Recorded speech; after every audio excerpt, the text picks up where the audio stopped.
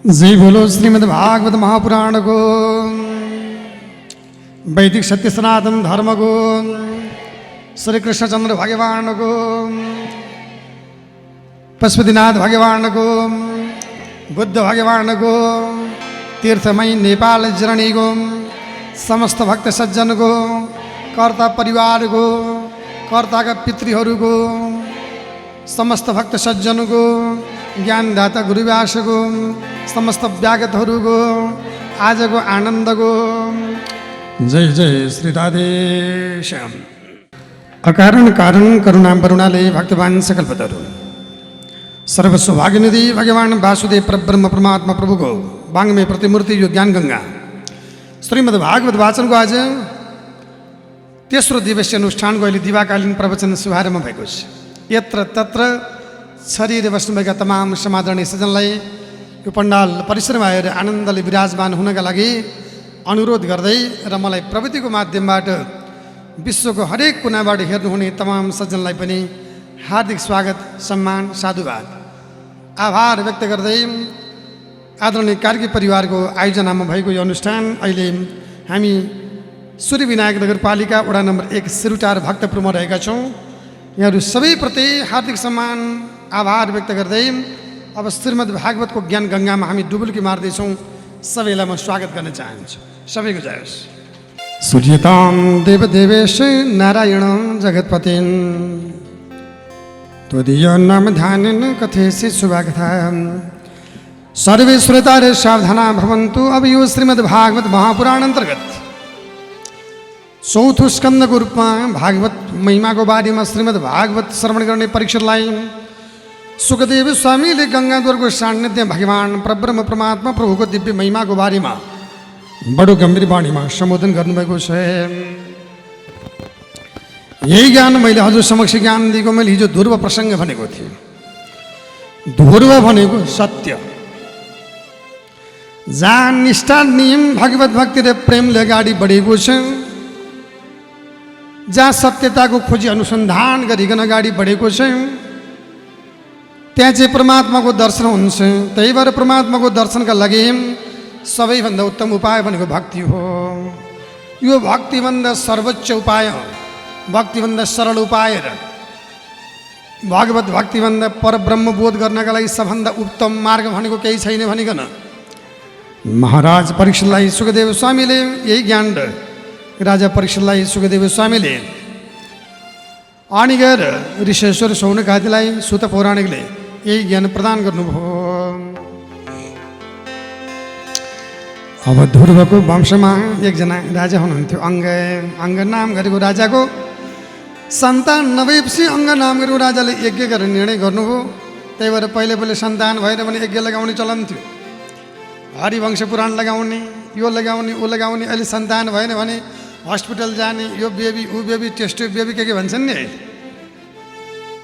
पहिले यज्ञ लगाउने, यज्ञको शुद्धता थियो, परिशुद्धता थियो। जे कल्पना गर्यो त्यो फल पैदा हुन्थ्यो। भाव शुद्ध, कर्ता शुद्ध, यज्ञ शुद्ध, वाणी शुद्ध हुन्थ्यो। यही बेलामा गएर राजाको सन्तान थिएन। ध्यान दिएर सुन्नु होला। यज्ञ गरियो, यज्ञबाट एउटा फल पैदा भयो। त्यही फल रानीले खानुभयो श्रीमान। अनि रानीले राजाबाट गएर ऋतुदान लिनुभयो। रानी गर्भवती हुनुभयो। भगवान परमात्मा प्रभुको प्रमाण यहाँ 10 महिना परिपूर्ण गरिकन रानीबाट एउटा छोरो पैदा भयो, जुन बच्चाको नाम बिन भन्ने कुमारको नाम राखियो। राजालाई बुढेसकालमा छोरो पैदा भएको के नपाएको जस्तो भइहाल्यो। त्यो छोरो हिँड्ने, छोरो बोले बोल्ने, छोरो चल्ने, छोरो नाच्ने, छोरोले जे कर्म गर्छ त्यही गर्दै गर्दै गर्दै गर्दै राजाले राजके धन्दा छोडेर त्यही छोरोसँग जीवनयापन गर्दै गर्दै जान लागे। त्यही छोरो ठुलो बाबुआमाले भनेको मान्न छोड्यो। आमालाई चुट्यो, बाउलाई चुट्यो, घरबाट निकाल्यो। अत्यन्त उदण्ड हुने, जनताका छोराछोरीलाई दुःख दिने, अत्यन्त गएर विक्षिप्त भावले अगाडि बढ्ने, राजाको छोरो उजुर बाजुर कसैले नगर्ने, अत्यन्त उन्मत्त भएर आफ्नो परिधि र विधान आचार संहितामा नरहेर राजकीय धन्दा छोडेर अरूलाई दुःख दिने लाग्यो रे। त्यही बेलामा गएर राजा रानी यस्तो छोरो हुनुभन्दा नहुनु बेस भन्ने सोचेर अन्तिममा गएर भगवान् परमात्माको शरणका लागि राजगद्दी परित्याग गरिकन जङ्गल प्रस्थान गरे। त्यही भएर हेर्नुहोस्, अन्तिमको साथी भनेको, अन्तिमको साथी भने कि आमा कि बाबा कि भगवान् हो। ध्यान दिएर सुन्नुभएको छ होला। अन्तिम पऱ्यो भने ऐयानी श्रीमती कसैले भन्दैन, ए मेरो श्रीमान हजुर कहाँ हुनुहुन्छ भन्दैन, ए मेरो छोरो ए छोरी भन्दैन। भन्ने भनेको आमा बाबा अनि भगवान्। अन्तिमको साथी भनेको आमा बाबा र भगवान्। एउटा ज्ञान यो। अन्तिमको साथी भनेको के आमा, ठेस लाग्यो भने हे मेरो आमा, हे मेरो बाबा, हे भगवान्, हे प्रभु भन्ने चलन छ। हे श्रीहरि, हे राम, हे मैया, हे श्रीमती, हे सानोको बुवा कसैले भन्छ र? महाराज परीक्षितलाई सुखदेव चाहिँ भन्नुहुन्छ एउटा ज्ञान। अर्को ज्ञान चाहिँ छोराछोरीलाई बढी पुल्याउने काम गर्नुहुन्न, बढी उन्मत्त बनाउनुहुन्न। जे भन्यो त्यही पुरा गर्नुहुन्न। छोराछोरीले जे भन्यो त्यही इच्छा पुरा गर्दै भने टाउकोमा टेक्छन्। त्यही भएर धेरै ठाउँ भन्ने गर्छु, गरिबका छोराछोरीले उनीहरूले उन्नति गरेका छन्, प्रगति गरेका छन्। छोराछोरीलाई प्रगतिको पथमा लैजानु छ भने अभावमा राख्नु, एकदम अभावमा। हुर्कन पाएन, जन्मन पाएन, मोबाइल दिने, ल्यापटप दिने, ग्याजेट दिने, आइप्याड दिने, के दिने गरेपछि नि बिग्रियो। बाबा मैले भन्नुको मान्न छोड्यो। प्रविधिको माध्यमबाट अनेक सिक्छ, अनेक हेर्छ, अनेक गर्छ। बाबुआमाले भनेको मान्दैन। त्यही भएर छोराछोरीलाई ठिक्क ठाउँमा राख्नु। राजा अङ्गनाम गरेको राजाले आफ्नो छोरोलाई नियन्त्रण नगर्दा त्यो छोरा अत्यन्तै उन्मत्त भएर जनतालाई दुःख दिन लाग्यो र। त्यही भएर छोराछोरीलाई संस्कार सिकाउनु, छोराछोरीलाई ज्ञान दिनु मेरो अनुरोध छ। हरेक दिन सकिन्छ भने एक श्लोक गीता पाठ गराउनु, गीता पढाउनु। गीता भनेको जीवन हो। गीता कुनै धर्म दर्शन भनेर चाहिँ, गीतालाई कुनै धर्म ग्रन्थ मात्रै भनेर चाहिँ कसैले भन्छ भने त्यो गलत कुरा हो। गीता भनेको जीवन जिउने कला हो। जीवनमा शान्त कसरी हुने, आनन्दको मार्गमा आफूलाई परिलक्षित कसरी गर्ने, जीवनलाई धन्य बनाउने, अत्यन्त सङ्कटको घडीमा पनि आफूलाई सन्तुलित, व्यवस्थित, नियन्त्रित कसरी गर्ने, मानसिक रूपमा शान्त कसरी हुने भन्ने ज्ञान गीतामा छ। त्यही भएर छोराछोरीलाई सानैबाट संस्कारी बनाइयो भने जीवन धन्य भयो। छोराछोरीलाई संस्कारी बनाउने काम गर्नु, छोराछोरीलाई धेरै पैसा दिने होइन। यसरी भागवत सुन्ने परीक्षित महाराजलाई सुखदेव स्वामीले गङ्गाद्वारको सान्निध्य भगवान् परब्रह्म परमात्मा प्रभुको दिव्य महिमाको बारेमा बडो गम्भीर वाणीमा सम्बोधन गर्नुभयो। बिहानको प्रभावबाट अन्तिममा घरमा बस्न नसकेर अङ्गनाम गरेको राजा जङ्गल गएर भगवान् श्रीहरिको ध्यान गर्दै भक्तिको मार्गबाट बल्ल बल्ल मुक्त भए। त्यही भएर भक्तिभन्दा ठुलो संसारमा केही छैन। भक्ति भनेको प्रभुको प्रेम हो, निष्काम प्रेम हो, भगवान्को श्रद्धा हो, समर्पण हो। भगवान् परमात्मा भन्दा म भिन्न छैन, परमात्माको म अंश हो भन्ने भाव हो, त्यही भक्ति। बिहान भन्ने कुमार राजगद्दीमा गएर बस्यो। अनि गएर बेनले शिक्षा र संविधान परिवर्तन गर्यो।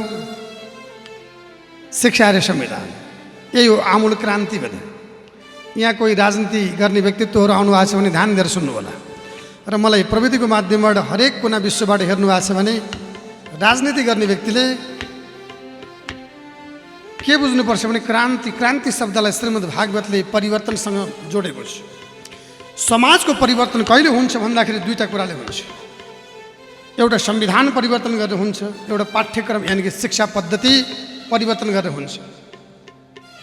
शिक्षा पद्धति परिवर्तन गर्यो भने अर्को चाहिँ पिँढीले त्यही शिक्षा लिन्छ र परिवर्तन भयो। क्रान्ति भनेको मस्तिष्कको परिवर्तन हो क्या, मानसिकताको परिवर्तन हो।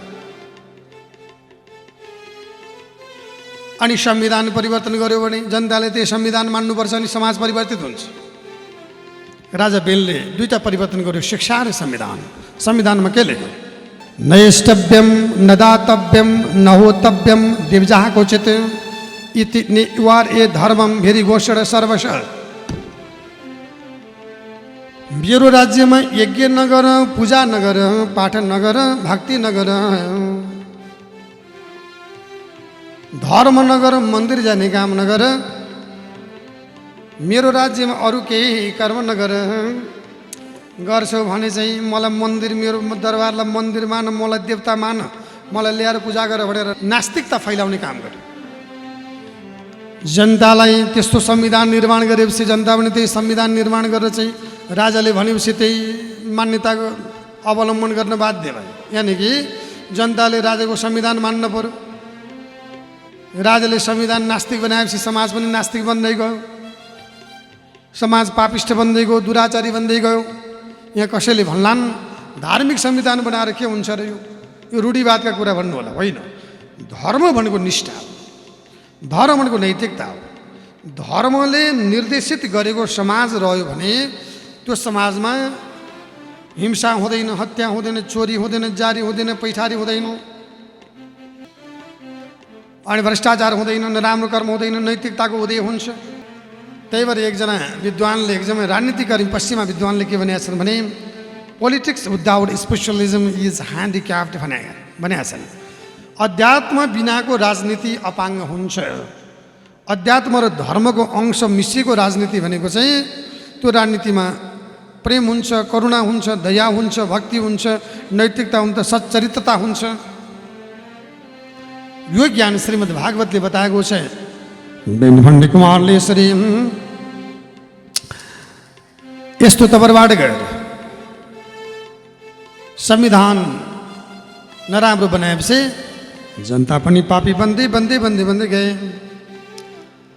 अन्ततो गत्वा त्यति मात्र होइन, राजा बिन यज्ञ गर्न दिएन। यज्ञ नभएपछि 12 वर्ष पानी परेन। यज्ञ नभइसकेपछि 12 वर्ष पानी परेन। 12 वर्ष पानी परेन। यज्ञले पानी पार्ने हो त भन्नु होला, हो। यज्ञबाट उत्पन्न भएको धुवाँले पानी पार्छ, यो त विज्ञानले पुष्टि गरेको छ।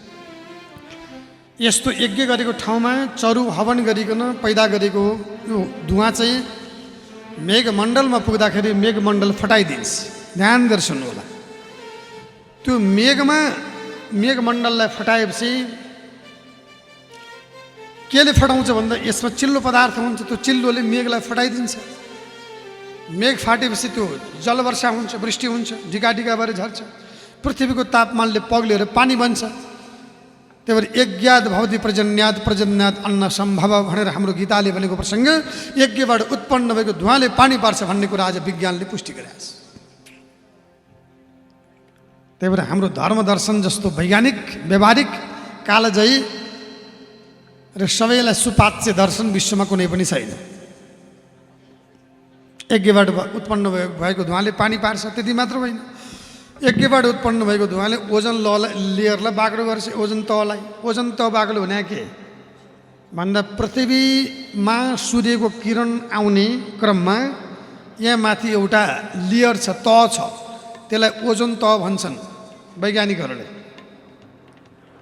त्यो ओजन तह जति बाक्लो भयो सूर्यको विकिरणलाई रोकेर, विशेषतः अङ्ग्रेजीमा युभी रे भन्छ के, अल्ट्रा भायोलेट रे, यानि कि बैजनी रङको किरण, त्यो किरणलाई त्यो ओजन तहले रोक्छ। र त्यो किरण सिधै आयो भने पातलो भएर चाहिँ ओजन तह पातलो भएर सिधै आयो भने, किरण आयो भने हामीलाई रोग लाग्छ, क्यान्सर रोग हुने सम्भावना बढी हुन्छ।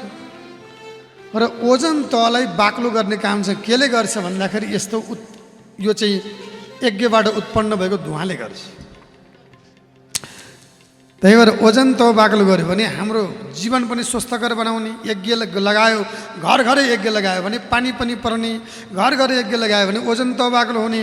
त्यही भएर पहिला घर घरै हवन गर्नु, वातावरण शुद्धिकरण हुन्छ भन्ने ज्ञान। अब यज्ञबाट उत्पन्न भएको यो धुवाँले चाहिँ कीटाणुलाई निस्तेज गर्छ, फेरि वायुमण्डल पनि शुद्धिकरण गर्छ। त्यही भएर सकेसम्म घर घरै हरेक दिन हवन गर्ने काम गर्नुहोस्। राजा बेलले यज्ञ गर्न दिएन। नदिएपछि 12 वर्ष पानी परेन। पानी नपरेपछि सुक्खा खडेरी भयो। जीवन कष्टकर भयो। जाने बाटो पाइएनन्ती मगर सबैजना विद्वानजन गुरु मिलेर यज्ञ सम्पादन गर्नका लागि हवन कुण्डको आयोजना गरिकन त्यहाँ चाहिँ हवन गर्दै अगाडि बढेको बेलामा राजा बेन त्यही पुग्यो। है यहाँ के गरेर बसेको हो भन्दा महाराज यज्ञ गरेको भन्न लाग्यो। मेरो राज्यमा यज्ञ नगर, दान नगर, पुण्य नगर, धर्म नगर, हवन नगर भन्दा भन्दै के रे यस्तो कर्म गरेको हँ भन्दा महाराज पानी पार्नका लागि भन्न लाग्नु ब्राह्मणहरू।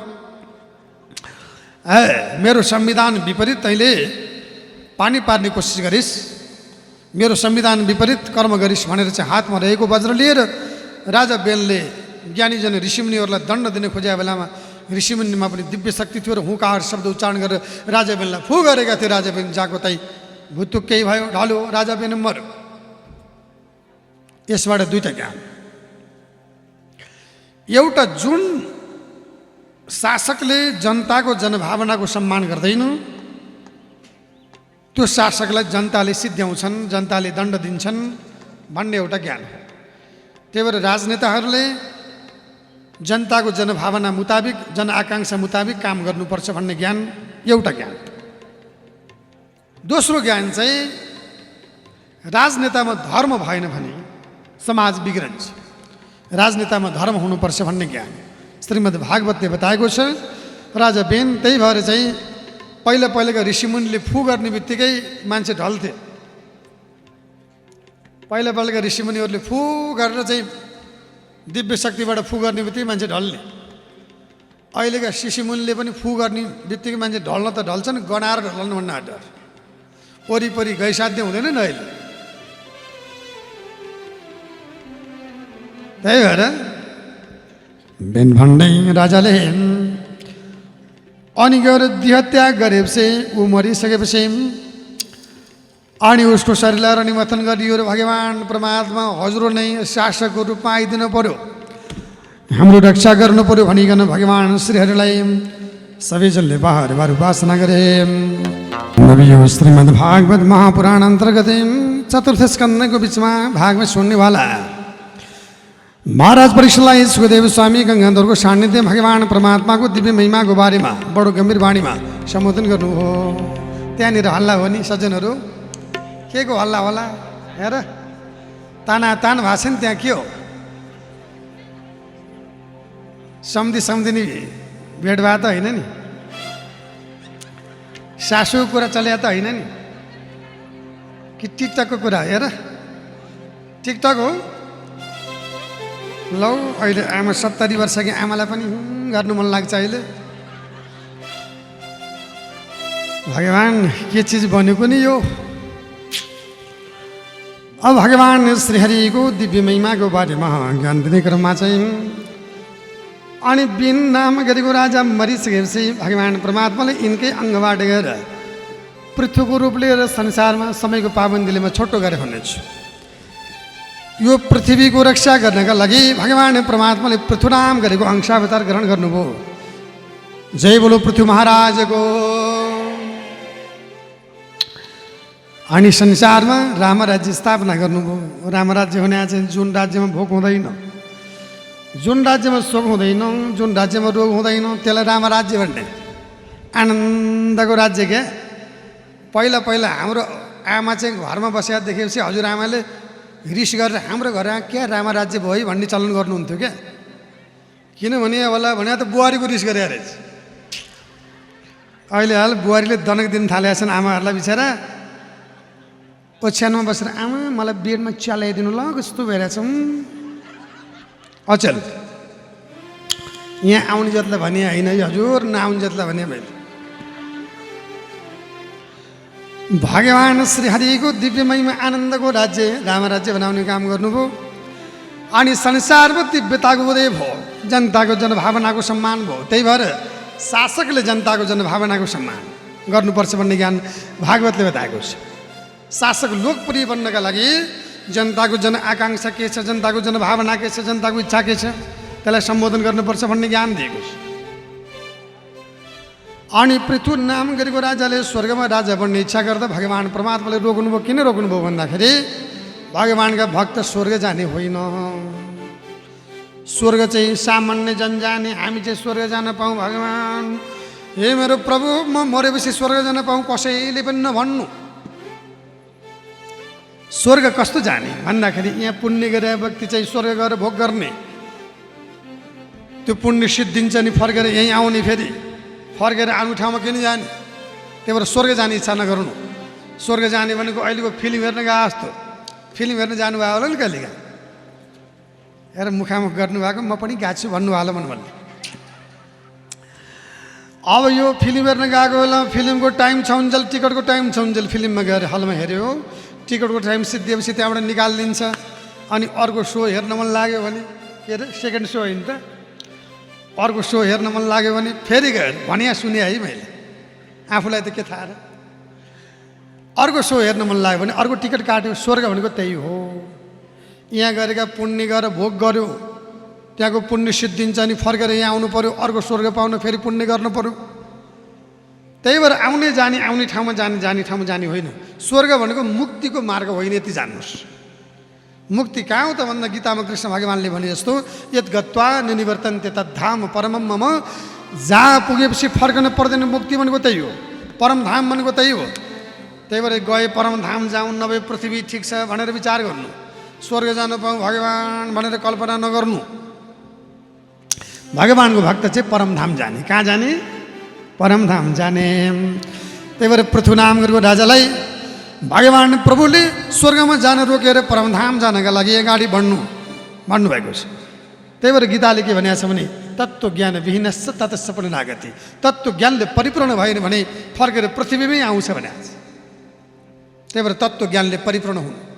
तत्त्व ज्ञान भनेको आफूभित्रको आत्मिक अस्तित्व, परम चैतन्य सत्ता र आफूभित्रको परमात्मालाई चिन्ने काम गर्नु। मैले हिजै सबै कुरा बताइसकेको छु। त्यसको लागि भगवान्को भजन, हर दिन भजन, मैले बार बार भन्ने गरेको छु। जहाँ भजन शुद्ध हुन्छ त्यहाँ भोजन शुद्ध हुन्छ। जहाँ भजन शुद्ध हुन्छ त्यहाँको भोजन चाहिँ प्रसाद हुन्छ। जहाँ भजन शुद्ध हुन्छ त्यो बोली अमृत हुन्छ। जहाँ भजन शुद्ध हुन्छ, जुन घरमा भजन हुन्छ त्यहाँ गइयो भने त्यो घर तीर्थ हुन्छ। त्यही भएर घरलाई मन्दिर बनाउनु, घरलाई तीर्थ बनाउनु, भोजनलाई शुद्ध गर्नको लागि प्रभुको नाम जपेर भोजन गर्नु। गोविन्द बोलो हरि गोपाल बोलो भन्दै नाचेर खाना बनाउनु भने, अहिले भने हो र शयन गर्ने बेलामा पनि श्रीमानसँग भजौँ हरिलाई, अनि श्रीमानसँग झगडा पर्यो। यो बानी पनि बदल्ने, परमात्माको नाम पनि जोड्ने, भगवान्को भजन पनि हुने। त्यही भएर जीवनलाई बदल्नु, यो जीवन बदल्ने, यही नै भागवतको नियम हो। जीवन बदलेर परमात्माको हुने। अब ऋषेश्वर शौनक आदिलाई सुत पुराणे भन्नुहुन्छ। अध्यात्मको अंश हुनुपर्छ जीवनमा। तपाईँ जुनसुकै विधामा लाग्नुहोस् त्यहाँ अध्यात्मको अंश हुनुपर्छ। अध्यात्मको अंश भयो भने तपाईँमा प्रेम हुन्छ, करुणा हुन्छ, दया हुन्छ, भक्ति हुन्छ। त्यही भएर अध्यात्मको अंश बिना संसारमा आनन्दको मार्गमा कोही पनि जान सक्दैन। राजा पृथ्वीमा अध्यात्मको अंश थियो।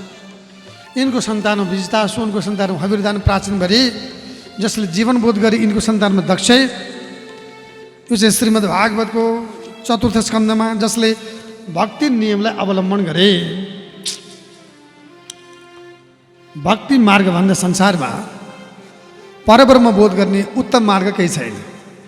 त्यही भएर श्रीमद् भागवतले के भनेको छ भने हेर्नुहोस्, तपस्या गर्ने, साधना गर्ने, अनि गएर तीर्थाटन गर्ने, देश विदेश गर्ने, अध्ययन गर्ने, विभिन्न कर्म गर्दा पनि परमात्माको बोध हुँदैन, जो क्षणभरमा गरेको भक्तिबाट हुन्छ। न साधेति मां योगो न साङ्ख्यम धर्म उद्धव न स्वाध्याय तपस्याको यथा भक्तिर्ममोर्जिता। भगवान परब्रह्म बोध गर्नका लागि दिनदिनै ऊर्जित, यानि कि दिनदिनै बढ्नेवाला भक्ति गर्यो भने त्यो नै परमात्मा बोध गर्ने सबैभन्दा उत्तम उपाय भनिकन परीक्षणलाई सुखदेव स्वामी सम्बोधन गर्नुभयो।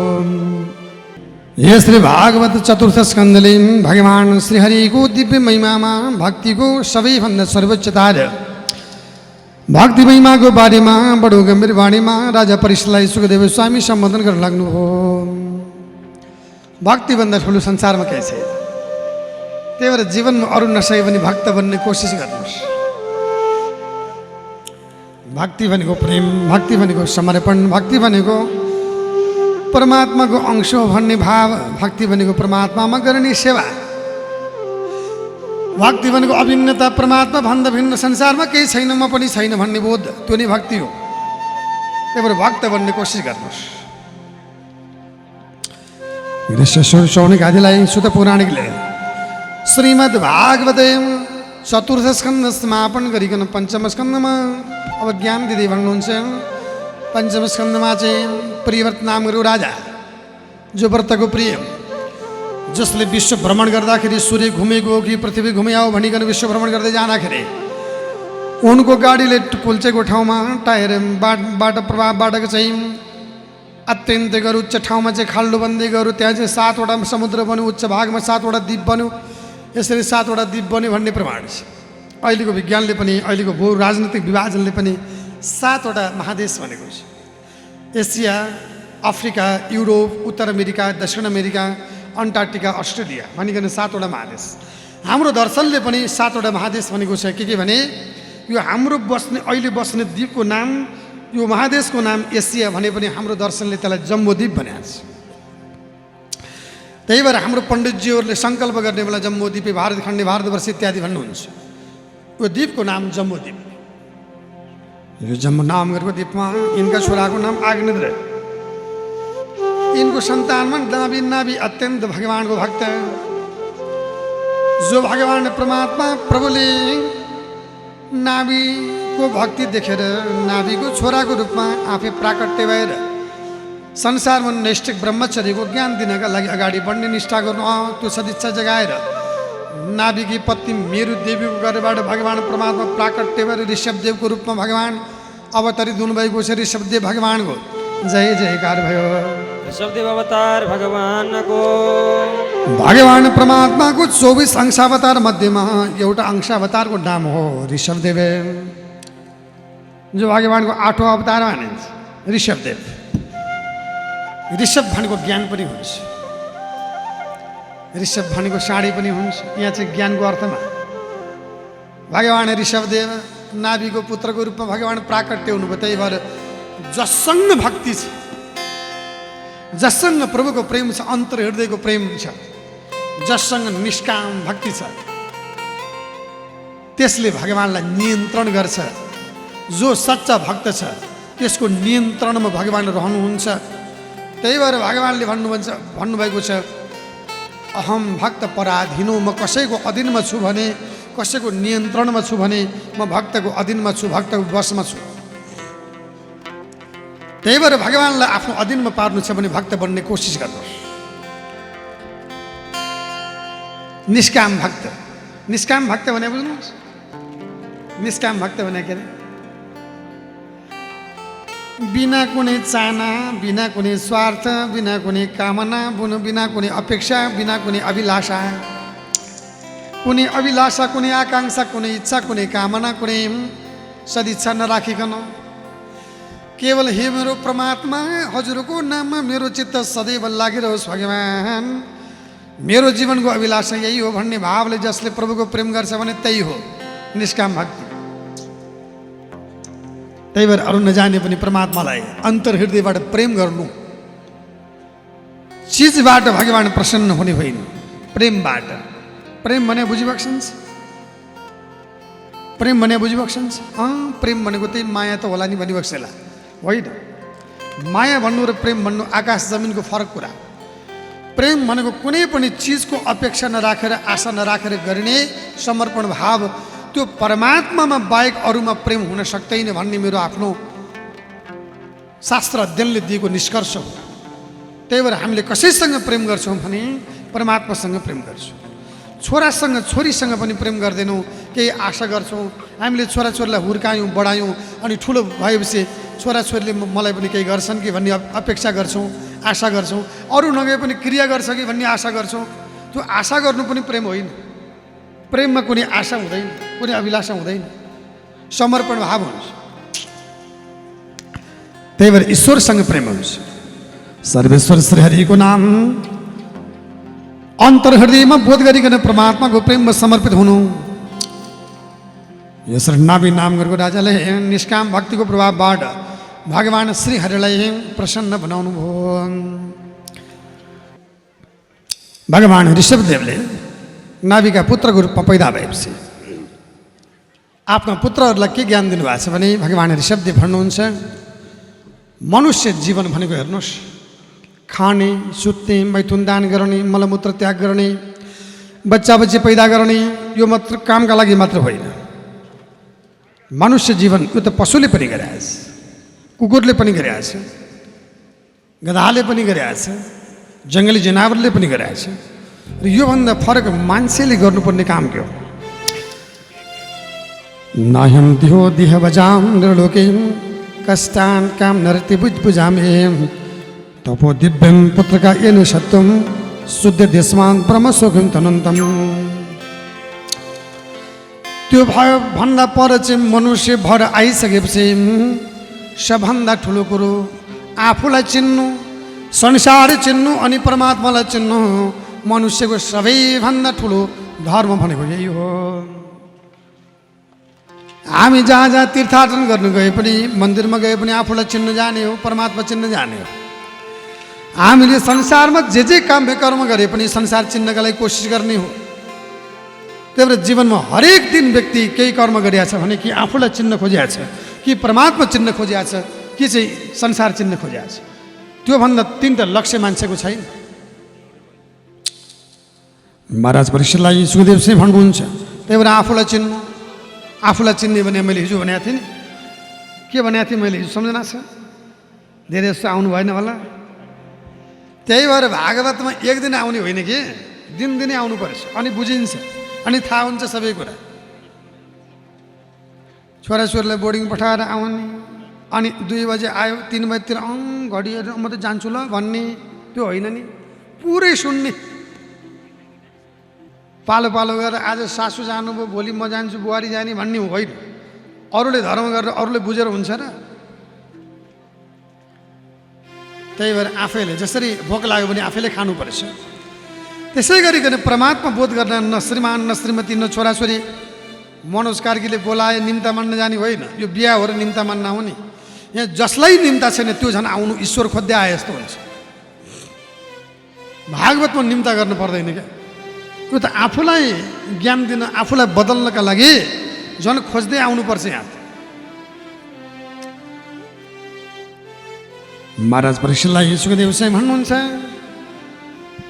अब यसै प्रमाण विषयबाट गएर जीवनलाई बोध गर्ने काम गर्नु। भगवान् ऋषभदेवले आफ्ना छोराहरूलाई ज्ञान दिएर सुशासन गर्ने नियम भारतलाई सिकाएर 9 भाइ ब्रह्मज्ञानी कवि हरि अन्तरिक्ष प्रबुद्ध पिपलायन अभियोत्र दुर्मले चमत्कार करभाजन 9 भाइ ब्रह्मज्ञानीले भागवत धर्मको नियमको बारेमा ज्ञान दिएर यही भारतले राज्य गरेको, उनका छोरा भारतले राज्य गरेको हुनाले यसको नाम भारतखण्ड। उनी गएर पछि गएर चाहिँ भगवान् परमात्माको भक्ति गर्दै गर्दै गर्दै गर्दै गाडी बढेपछि अग्निहोत्र दर्श पूर्णमास चातुर्मास सोम पशु इत्यादि यज्ञ गरिकन बिस्तारै बिस्तारै भगवान्को भक्ति जागेर यो राज्य नै परित्याग गरिकन भरतनाम गरेको राजा पछि गएर यही हरिहर सङ्गममा आएर शालग्राम पूजा गरेर नदीको सङ्गममा गएर कृष्ण गण्डकीको समीपमा शालग्रामको समीपमा गएर कट्टीभन्दा तल पानीमा भिजाएर भरतले तपस्या गरेर बस्नुभयो। कहाँ बस्नुभयो भन्दा हाम्रो नेपालको दामोदर कुण्डबाट बग्ने काली गण्डकी, जसको समीपमा रहेको गलेश्वर धाम, यो म्याग्दीको बेनीभन्दा 2-3 किलोमिटर पर मुक्तिनाथ जाने बाटोमा गलेश्वर, त्यही ठाउँमा अहिलेसम्म भारतको पाइला देखिन्छ। त्यही भएर यो भूमि भनेको पुण्य भूमि। त्यत्रो भारतवर्षमा राज्य गर्ने राजा, भारतवर्ष भनेको कहाँ कहाँ होइन, अहिलेको इन्डिया, हिन्दुस्तान, नेपाल, बङ्गलादेश, बर्मा, टिबेटभन्दा तल पाकिस्तान, अफगानिस्तान, बलुचिस्तान, इरानको पूर्वी भाग अनि श्रीलङ्कासम्म यसलाई चाहिँ भारतवर्ष भने। यत्रो राज्यमा राज्य गर्ने राजाले संसार केही होइन, राज्य केही होइन, परिवार केही होइन भनेर तुच्छ ठानेर हाम्रो नेपालमा आएर यो पुण्य भूमिमा आएर तपस्या गर्नुभयो। त्यही भएर नेपाललाई आध्यात्मिक साधनाको केन्द्र भूमि मानिन्छ। यो दिव्य भूमि। कसैले मलाई विदेश जाँदाखेरि भन्ने गरेका छन्, ओ the real place for spiritual practice, आध्यात्मिक साधनाको लागि नेपाल भनेपछि उत्तम भूमि भन्ने गरेका छन्। त्यसैले यो भूमिमा जन्मनु पनि भाग्य भनेको अहिले अल्का बच्चाहरू जन्मिएपछि भगवान् 12 कक्षा पास गरेपछि कसरी छोड्ने यति मात्र चिन्ता छ। यो भूमिलाई कसरी त्याग गर्ने, जाने अस्ट्रेलिया जाने, क्यानाडा जाने, अमेरिका जाने, नभएदेखि दुबई भने जाने, तर नेपाल छोड्ने। यस्तो भूमिलाई यस्तो बनाएर छोडे भगवान् परमेश्वर। यो त पुण्य भूमि, विश्वको साधना भूमि हो। आँडीकट्टीभन्दा तल पानीमा भिजाएर भगवान् परमात्मा प्रभुको भक्तिमा समर्पित भएर भरत नाम गरेको राजाले श्रीहरिको ध्यान गर्दै गर्दै अगाडि बढे। यसरी भागवत सुन्ने परीक्षित महाराजलाई सुखदेव स्वामी गङ्गाधर गोसाण्य भगवान् परमात्माको दिव्य महिमाको बारेमा बडो गम्भीर ज्ञान दिनुभएको छ।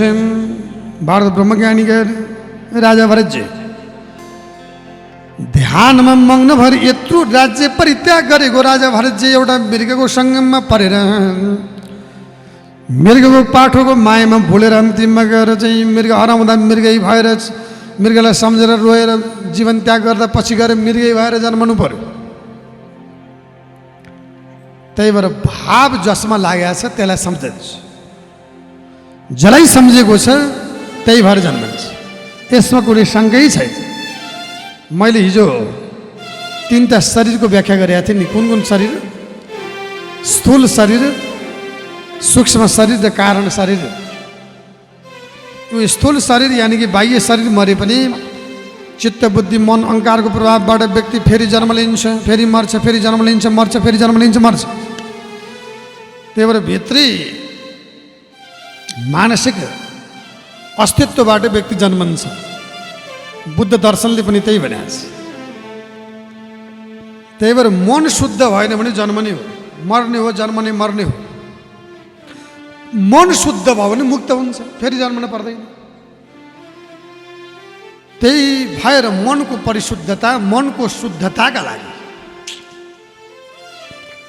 विशुद्ध मन बनाउनको लागि श्रीमद् भागवतले यस्तो मार्ग बताएको छ, भक्तिको मार्ग। यो भक्तिभन्दा उत्तम मन शुद्धका लागि कुनै छैन। त्यो मन शुद्ध भएपछि ईश्वरीय भइन्छ, मनातीत भइन्छ, मनभन्दा पर भइन्छ, भावातीत भइन्छ, भावभन्दा पर भइन्छ, इन्द्रियातीत भइन्छ, इन्द्रियभन्दा पर भइन्छ, इन्द्रियभन्दा पर, भावभन्दा पर, संसारभन्दा पर, मनभन्दा पर, बुद्धिभन्दा पर भयो भने अनि यही हो ईश्वरीय अवस्था, यही हो परमानन्दको अवस्था, यही हो समाधिको अवस्था। त्यत्रो राजा पनि मृगको सङ्गममा लागेर मृगको चाहिँ समागमबाट मृगै भएर जन्म लिने काम गरे। अनि त्यो जीवन पनि अघिल्लो जन्मको प्रभावबाट गएर मृगको जीवन भन्ने थाहा थियो र त्यो जीवन परित्याग गरे। तेस्रो जीवनमा बल्ल ब्रह्मज्ञानी भएर ब्राह्मण कुलमा जन्मेर ब्राह्मणको छोरो भएर नाम भरत थियो। तर अरूको नजरमा लाटो अन्धो बहिरो जस्तो भएर जन्मने यसरी कर्म गर्ने हुनाले उनको नाम जडभद राख्यो। जड भनेको चाहिँ पदार्थ जस्तो, निर्जीव जस्तो भएको हुनाले बाह्य नजरमा चाहिँ लाटो हुने, अन्धो हुने, बहिरो हुने, केही नजान्ने जस्तो भित्रभित्र चाहिँ भगवान्को भक्ति गरिरहेछ। संसारले जेसुकै भनौँ मतलब छैन। त्यही भएर संसारमा के हुन्छ भने भक्त कस्तो हुन्छ भने भक्तको लक्षणहरू, कोही आफै एक्लै रुन्छन्, भक्तहरू कहिले कोही आफै एक्लै हाँसिरहन्छन्, भक्तहरू कहिले आँखा चिम्लेर बस्छन् एक्लै, भक्तहरू कहिले एक्लै रमाउँछन्, एक्लै नाच्छन्, अरूको नजरमा भक्तहरू बौला हुन्छन्। भक्तको लक्षण भनेको त्यो, अरूको नजरमा पागल तर आफ्नो भावमा ईश्वरी भइसकेका हुन्छ। संसारले पागल देख्छ उनलाई, यो भक्तको लक्षण, यो अघोरीको लक्षण हो। सच्चा भक्त त्यस्तो हुनुपर्छ। पूजा गर्न लाग्यो लाज मान्ने, ए भगवान् कसैले केही भन्न लाग्यो कि त्यो भक्तको लक्षण होइन। ध्यान गर्न लाग्यो कोही आएर केही भन्छ कि जिस्क्याउँछ कि मलाई, जोसुकैले जेसुकै भन्नुहोस्, अर्काका लागि हो र। हेर्नुहोस्, तपाईँले जे जे गरे पनि कुरा काट्छन्। यहाँ हेर्नुहोस्, तपाईँले आफ्नो जीवन दान दिनुहोस् कसैका लागि, त्यति गर्दा पनि यो त नामर्द रहेछ, जीवनै दान दियो भन्छन् मान्छेले। जे गरे पनि सुख छैन। संसारमा निर्विवाद हुने र संसारमा चाहिँ कसैको नजरमा नि प्रिय हुन्छ भनेर कसैले कल्पना नगरे पनि, सर्वप्रिय पनि कोही हुँदैन, निर्विवाद पनि कोही हुँदैन। कृष्णलाई विवादमा पारेका छन्, बुद्धलाई विवादमा पारेका छन्, रामलाई अनेक किसिमबाट कुरा काट्छन् अहिलेसम्म। भगवान् शिवजीलाई जटाधारी प्रतासधारी भनेर भन्छन्। त्यही भएर चाहिँ सक्कर ख्यातो भगाङ्गो विदुरपि मलिनो माधव गोपजाता वेश्या पुत्र वशिष्ठ त्रिभुवनवस्ताम कस्य दोषो न जास्ति। को छ दोषरहित? भगवान् शिवजीलाई प्रेतको नाइकी भन्छन्, भगवान् कृष्णलाई गोठालो भन्छन्, इन्द्रलाई सक्र भगाङ्गो यानि कि अत्यन्त गर्छ काम भावनाले युक्त भन्छन्, वशिष्ठ जस्तो गुरुलाई वेश्यापुत्र भन्छन्, युधिष्ठिर लगायतलाई जार जाता भन्छन्, जारको छोरा भन्छन् पञ्चपाण्डवलाई। अनि को छ मुक्त भने संसारमा? को निर्दोष छ? को चाहिँ दुलले नुहाएको जस्तो छ? त्यही भएर कसैले टीका टिप्पणी गर्छ भनेर तपाईँ चिन्ता नमान्नुहोस्। कसैले टीका टिप्पणी गर्छ भने चिन्ता नमान्नुहोस्। हेर्नुहोस्, कोही पनि विवाद मुक्त छैन।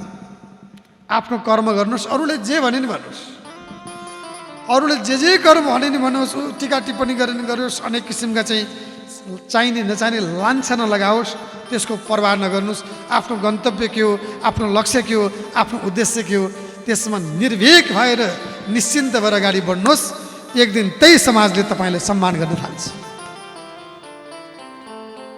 यही हो संसारको नियम। तर आफ्नो सङ्कल्पमा आफ्नो कर्ममा खोट चाहिँ हुनु भएन। कर्ममा र सङ्कल्पमा खोट भयो भने त्यो बिग्रन्छ।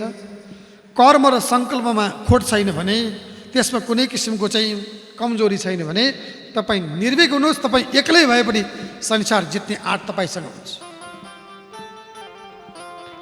त्यही भएर भगवान्को भक्तिमा कसले के भन्छ भनेर मतलब नगर्नुहोस्, परवाह नगर्नुहोस्। महाराज परीक्षितलाई सुखदेव स्वामीले भागवत भक्ति नियमको बारेमा बडो गम्भीर वाणीमा सम्बोधन गर्नुभयो। यिनलाई भारत ब्रह्मज्ञानलाई कसैले गएर बाली कुर्न जा भन्यो भने बाली कुरेर बस्ने, हेर भने हेर्ने, बाँदरले आएर खान्छ जा हेर भन्यो भने हेरिरहने, धपा भनेपछि एउटालाई धपाउने अरूले खाइरहने, एकअरू काम गर्ने। सबै धपा भनेपछि बल्ल धपाउ, खा भनेपछि खाएको खाइ गर्ने, नखा है नखा आज भन्दा खाँदै नखाने, 3 दिनसम्म नखाइदिने, खालास फेरि विचार गर भनेपछि नखाने। जब गर भन्नु जब गरिरहने, धारामा गएर नगर भनेपछि नगर। धारामा पानी लिन जा भन्यो भने उल्टो गाइर गरेर थाप्ने अनि कहाँबाट भरिने। यस्तो कर्म गर्ने अरूको नजरमा लाटो अन्धो बहिरो, तर भित्रभित्र ब्रह्मज्ञानी।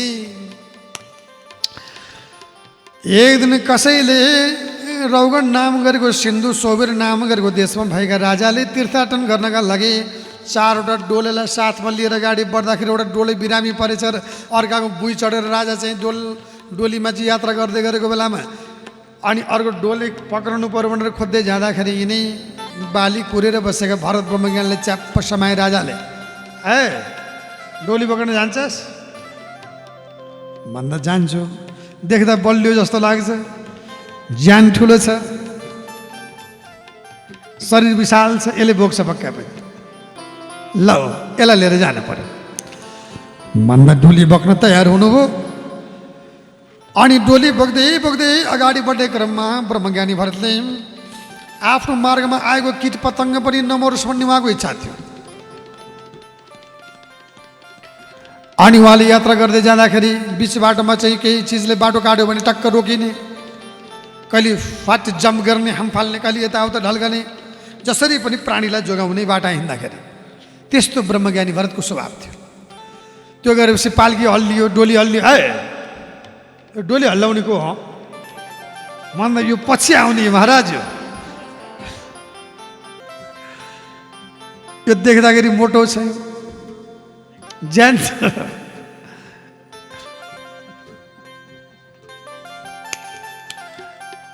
त्यस्तो छ जिउ,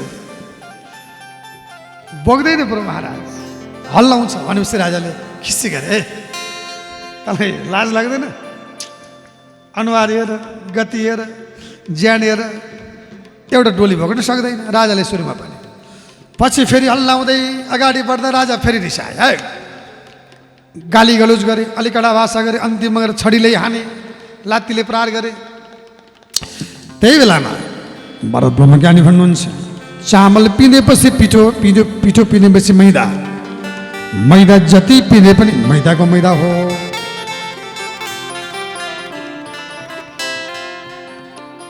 कसौनीमा अन्न राखेर तलबाट अग्नि प्रकोप गर्यो भने कसौनी चाहिँ पाक्दैन, अन्न चाहिँ पाक्छ।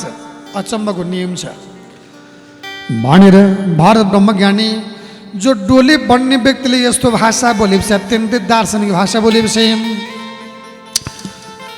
डोली चढ्नेवाला राजा रोगण तीर्थाटनमा गएको राजा आए पाल्गी बिसा भनेर पाल्गी बिसाएर जुरुक्कै उठेर भारत ब्रह्मज्ञानीको पाउमा परेर मलाई क्षमा गर्नु पर्यो भगवान परमात्मा, हजुर मेरो परीक्षा गर्न आउनुभएको के हो मलाई थाहा छैन, हजुर को हो। राजा रोगण बिन्ती गर्दै भन्छन्, न हम विशङ्के सुरराज वज्रान न त्रक्ष शूलान न यमस्य दण्डात नन्द्य अर्क सोमा नीलपित पास्त्र छङ्के ब्रिंश ब्रह्मकुला भवानाथ। मलाई कसैको हात हतियारदेखि डर लाग्दैन, मलाई महादेवको त्रिशूलदेखि डर लाग्दैन, इन्द्रको वज्रदेखि डर लाग्दैन, सूर्य चन्द्र अग्नि कुबेर वायु शस्त्र अस्त्रबाट मलाई डर लाग्दैन, कसैको हात हतियार सम्पत्तिबाट मलाई डर छैन। मलाई डर छ भने ज्ञानीजनको अपमानदेखि डर लाग्छ। भगवान हजुर ज्ञानी हो कि को मैले बुझिनँ, हजुर कहाँबाट यस्तो रूप लिएर आउँदै हुनुहुन्छ भगवान मैले जानिनँ भन्दा भारत ब्रह्मज्ञानी भन्नुहुन्छ, महाराज तपाईँ देखेर टिक लागेको छ मलाई। कुन मन्दिरमा जाने, कुन सामग्री लिएर जाने, कहाँ जाने, अनि अर्काको बुई चढेर अर्कालाई दुःख दिएर, अर्कालाई पीडा दिएर, अर्कालाई छडीले लात्तीले प्रहार गरेर कुन मन्दिरमा गएर भगवानको दर्शन गर्ने। पहिला मनको ईश्वर चिन्नुहोस्, बाहिर खोज्दैन हेर्नुहोस्। आफूभित्र ईश्वरको बास, त्यही भएर प्रभुजीको घरभित्र बास, दुनियाँलाई बाहिरको सास हेर्नुहोस्। त्यही भएर आफूलाई नखोजिकन गरेको तीर्थाटन, आफूलाई नखोजिकन गरेको व्रत, आफूलाई नखोजिकन गरेको मन्दिर प्रवेश, आफूलाई नखोजिकन गरेको व्रत ध्यान साधना इत्यादि काम छ। त्यही भएर सबभन्दा पहिला आफूलाई चिन्नु, आफैभित्र घरभित्रै परमात्माको बास छ, बाहिर होइन। यसरी बाहिर होइन मणिभित्रै आफैभित्र परमात्माको बास छ भनिकन भागवत सुन्ने महाराज परीक्षणलाई सुखदेव स्वामी रोगण नामको राजाले तीर्थाटनमा अगाडि बढेको बेलामा भरत ब्रह्मज्ञानीले यही ज्ञान दिनुभयो। त्यही भएर ईश्वर खोज्नु छ भने आफूलाई खोज्नु। भारत ब्रह्मज्ञानी भन्नुहुन्छ, ध्यान दिएर सुन्नुहोस्, भवबाट विज्ञान दिँदै भन्नुहोस्। भव भनेको संसार, अटवी भनेको जङ्गल। संसार एउटा जङ्गल हो। अङ्ग्रेजी बुझ्नेहरूलाई एउटा बर्ट्रान्ड रसेलको भनाइ, human life is the accidental collocation of atom that is surrounded by invisible force in the every step of life juncture. बर्ट्रान्ड रसेलले भनेको कुरा यही कुरा हाम्रो दर्शनले के भनेको छ भने हाम्रो जीवन कस्तो छ भने अँधेरी रातमा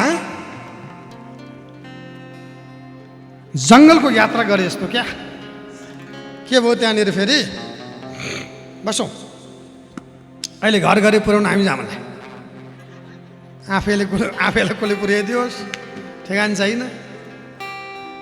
बसौँ, के भयो, के हरायो हजुर, चाबी हरा हो, ल्याउनु नि। आफू यता बसेँ, घरमा चाहिँ बुवाले दराज खोले कि भन्ने चिन्ता हो कि बसी अब सबभन्दा पहिला भवाटवी भनेको संसार एउटा जङ्गल हो। हेर्नुहोस्, भव भनेको संसार, अटवी भनेको जङ्गल, अरण्य जङ्गल, संसार अरण्य। कुनै समयमा म यात्रा गर्दै गर्दै गर्दै गर्दै गर्दै जाने क्रममा एउटा चौतारोमा पुगेँ। मेरो महाराज परीक्षितजी त्यो चौतारोमा गएर मलाई निन्द्रा लागेर म निदाएँ। निधाइरहेको थिएँ। त्यही बेलामा गएर त्यो चौतारोको रुखमा बरको वृक्षमा हाँगामा एउटा महको घैला रहेछ। महको घैलाबाट तप्प तप्प तप्प तप्प मेरो मुखमा मह चुइँदो रहेछ। अत्यन्त गुलियो मैले खान थालेँ। म बिउ चाहिँ यसो हेरेँ त हाँगामा महको भुँडको महको घैला। अब गएर रुख चढ्छु भनेर सरासर रुख चढेँ। अनि हाँगामा गएर मह झिक्ने खाने झिक्ने खाने झिक्ने खाने गर्दा गर्दै मेरो 50 वर्ष त्यहीँ बित्यो। ध्यान दिएर सुन्नुहोस्। 50 वर्ष पछाडि मलाई घरको याद आयो। अब म पनि मलाई तितो तितो लाग्न थाल्यो, त्यति मिठो लाग्न छोड्यो। अनि गएर त्यो वृक्षबाट झरेर बाहिर जान खोजेको त त्यो वृक्षलाई दुईतिरबाट चाहिँ बन्चरोले दाउरीले काट्दो रहेछ, चट काट्दो रहेछ। अनि यहाँ बस्न हुँदैन फाल हाल्छु भनेको त्यही बेलामा गएर त्यो वृक्षलाई त चारैतिरबाट पानीले घेराबन्दी गरिसकेका रहेछ। मेरो भगवान् परमात्मा यहीँ बसौँ भने मेरो जीवन जाने भयो भनिकन बडो गम्भीर विचार गरिकन त्यहाँबाट फाल हाल्न खोजेको। माछा, कछुवा, भ्यागुता, गोही, गङ्गटाहरू गरेर बसिरहे। कहिले यो ढल्ला र यसको मासु चाहिँ हामी चाहिँ खान पाउँला भनेर चाहिँ गरेर माछा, कछुवा, भ्यागुता, गोही, गङ्गटा, सर्प, जलचर प्राणीहरू गरेर बसिरहेका। त्यहीँ बसौँ भने पनि जीवन जाने भयो, फाल हालौँ भने पनि जीवन जाने भयो। विचार गर्दा गर्दै त्यो वृक्ष त्यहाँबाट गर्लम गुर्लुममा ढल्यो। यो मेरो भगवान् परमात्मा अब कहाँ जाने हो? मधुरो म मरेपछि जीवनभर गरेका अन्य अत्याचार, घुसखोर, चोरी, जारी पैठारी, अन्य नराम्रा कर्म, पाप र कर्मको प्रभावबाट गएर फेरि गएर चाहिँ पुनर्दरिद्र पुनरेव पापी, फेरि दरिद्र फेरि पापी भएर यस संसारमा जन्मिए। त्यही भएर महाराज यही हो हाम्रो जीवन भनेपछि रोगन राजाले बुझ्नु भएन। भगवान् यो कथा के भनेको? यो कहाँको जीवन कहानी हो प्रभु? यो कथाको सार के हो भनेर सोद्धाखेरि ऋषेश्वर समुदायका आदिलाई शुद्ध पौराणिक भन्नुहुन्छ। सबभन्दा पहिला यसलाई अङ्ग्रेजीमा एल्लेगोरी भन्छ, नेपालीमा रूपक भनेको चाहिँ कथा भन्ने, कथाले जीवनको बारेमा ज्ञान दिने। यो कथाले जीवनको बारेमा ज्ञान दिएको छ। जस्तो कि चौतारो भनेको हाम्रो गृहस्थीको घर हो, यो चौतारो हो। ध्यान दिएर सुन्नुहोस्। अनि गएर चौतारोमा सुते म गएर भनेको चाहिँ कुनै जीवात्मा गएर जन्म लियो भनेको छ। त्यहाँ गएर मह खान थाल्यो भने मह भनेको मिठो गुलियो, घरको गुलियो। श्रीमानको प्यारको बोली, श्रीमतीको मसिनो बोली, छोराको तोते बोली, छोरीको तोते बोली, त्यही हो मह खाँदा खाँदा 50 वर्ष पुग्यो भनेको चाहिँ एउटा व्यक्ति 50 वर्षबाट माथि लाग्यो। 50 वर्षबाट माथि लागेपछि चाहिँ के भयो? भन्ने सवालका लागि दुईतिरबाट त्यो वृक्षलाई कटारीले बन्चरहरू काट्दो रहेछ भनेको चाहिँ एकतिरबाट हाम्रो आयुलाई दिनले छोट्याएको छ, अर्कोतिरबाट रातले छोट्याएको। छट्टाइ काल नजिक नजिक नजिक नजिक नजिक नजिक आइरहेछ। दिनानुदिन मृत्युको नजिक नजिक नजिक हामी पुगिरहेछौँ। 7 समुद्रले घेरेको भनेको हाम्रो सहसम्बन्ध हो, छोरा छोरी, परिवार, बन्धुवर्ग आदि, छोरा बुहारी, सङ्घ संस्था, सामाजिक चिन्तन, विषय, घर परिवार, यहाँका सम्पत्तिले घेरेको यो। यहाँ पुराण सुन्दा सुन्दै जुरो कोठेर जान मन लाग्ने त्यही घेरेको। यही हो 7 समुद्र भने। हामीलाई सबैले 7 समुद्र, हामी सबैलाई 7 समुद्रले घेरेछ। यहाँ बसिरहेछ, जुरुक्क उठेर जान मन लाग्यो, त्यसले तानेछ। त्यही बिचमा माछा, कछु भन्ने बित्तिकै आमा जुरुक्क उठ्नुभयो। त्यहाँ दुइटै आमा हो। हेर 7 समुद्रले तानेको के को चिन्ता होला भगवान्? बुढेसकालमा पनि प्रभु त्यही दराजको चिन्ता त होला नि।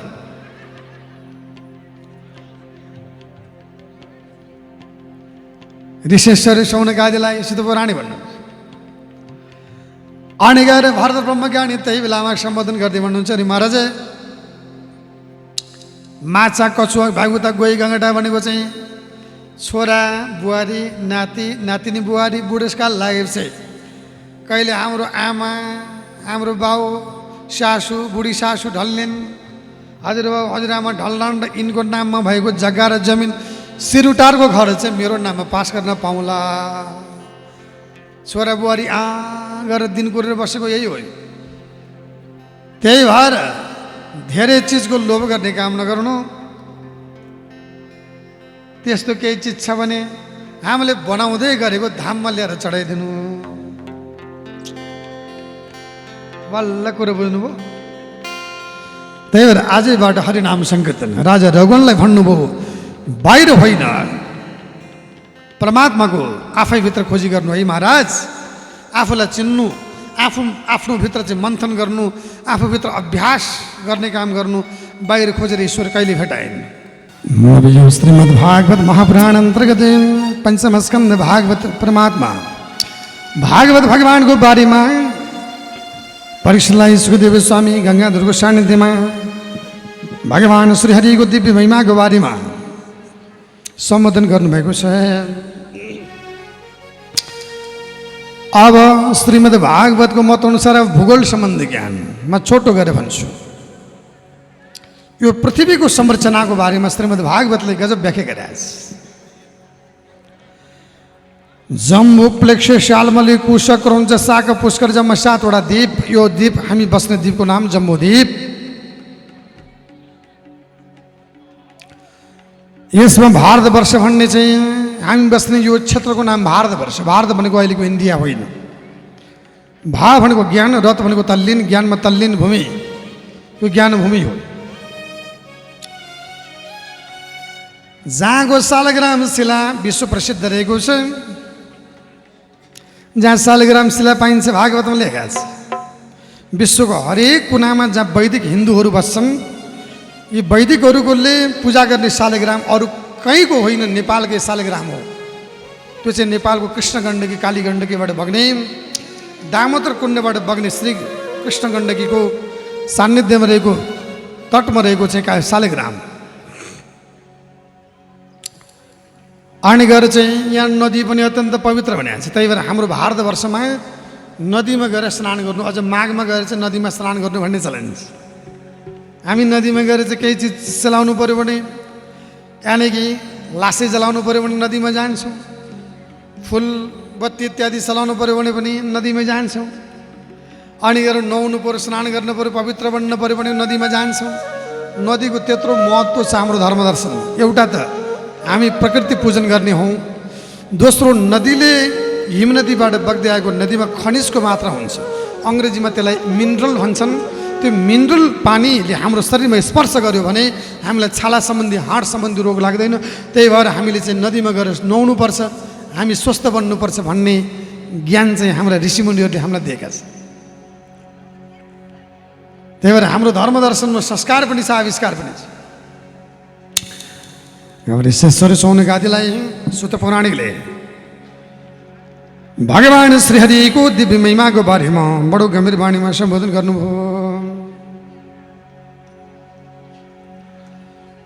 अब यसै गरिकन नदीमा त्यस्तो प्रभाव। त्यही भएर नदीमा गएर चाहिँ मृत व्यक्तिको चाहिँ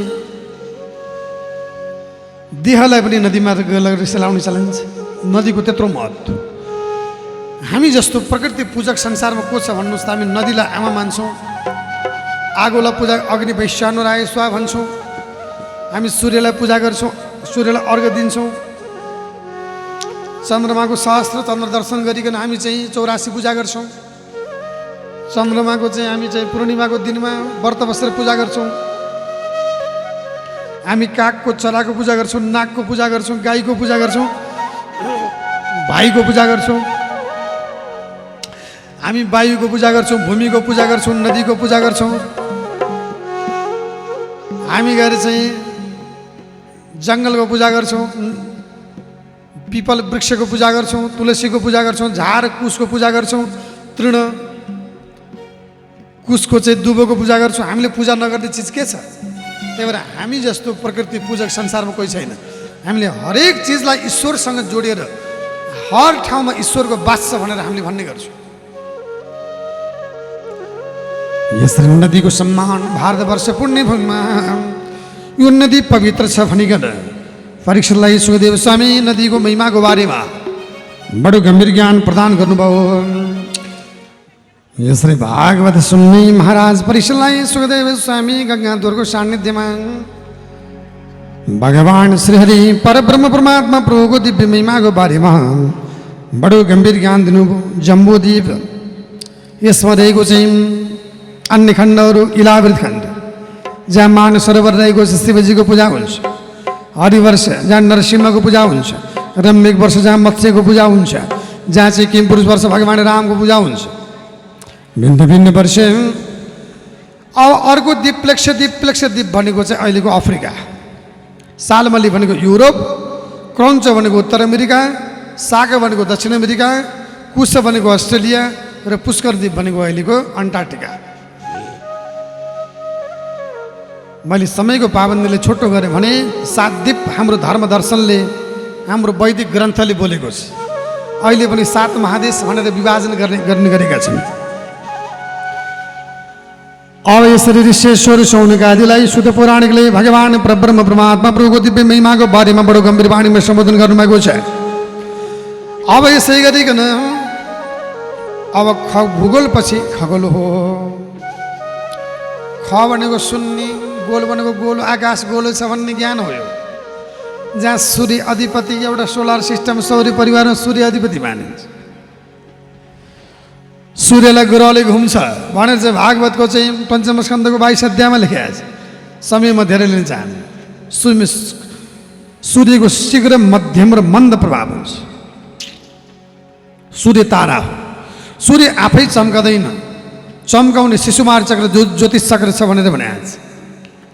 अहिलेको विज्ञानले तारा आफै चम्कन्छ, ग्रहले चाहिँ ताराबाट रापताप र प्रकाश सापट लिएर आफू चम्कन्छ भनेको छ।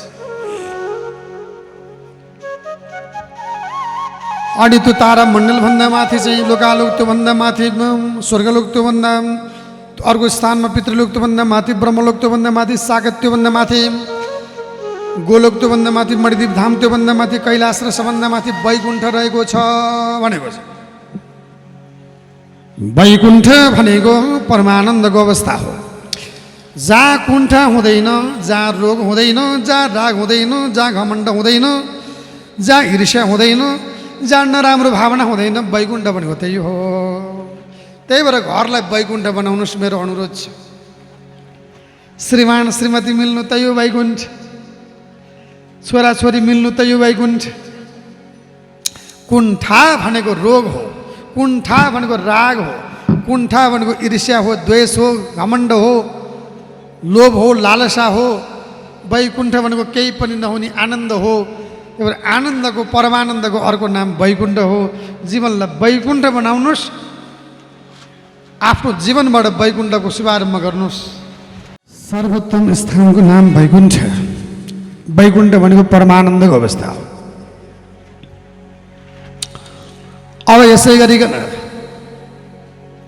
संसार कसरी अडेको छ त भन्दा संसार चाहिँ खिच्ने तान्ने सङ्कर्षणबाट बराबर खिच्ने तान्ने शेष भनेको अन्तिम, नाग भनेको शिर, अन्तिम र शिरको समायोजनबाट बराबर खिच्ने तान्ने शक्तिबाट संसार अडेको छ। यसलाई भनिन्छ सङ्कर्षण।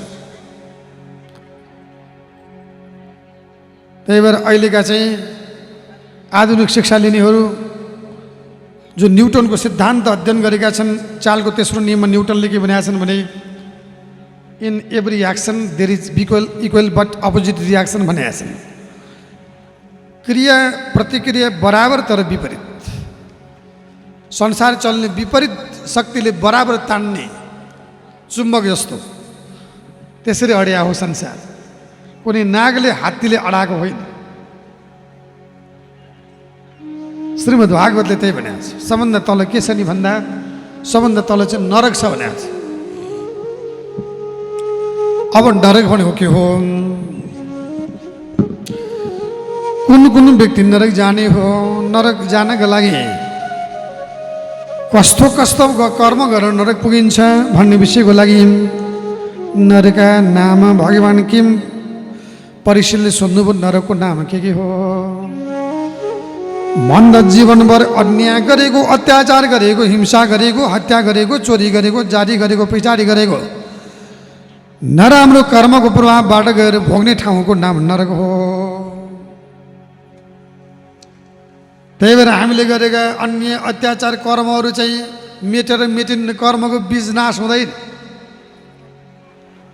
कर्म काहीँ न काहीँ गएर बस्छ। मैले यहाँ झुटो बोलेँ, कसैलाई थाहा छैन भन्नु पर्दैन। त्यो झुटो बोलेको प्रमाण र परिणाम हामीले भोग्नुपर्छ। त्यो लेखेर राखेको हुन्छ। त्यो सञ्चित कर्म भन्छ त्यसलाई। त्यसको व्याख्या म एकछिनपछि गर्छु।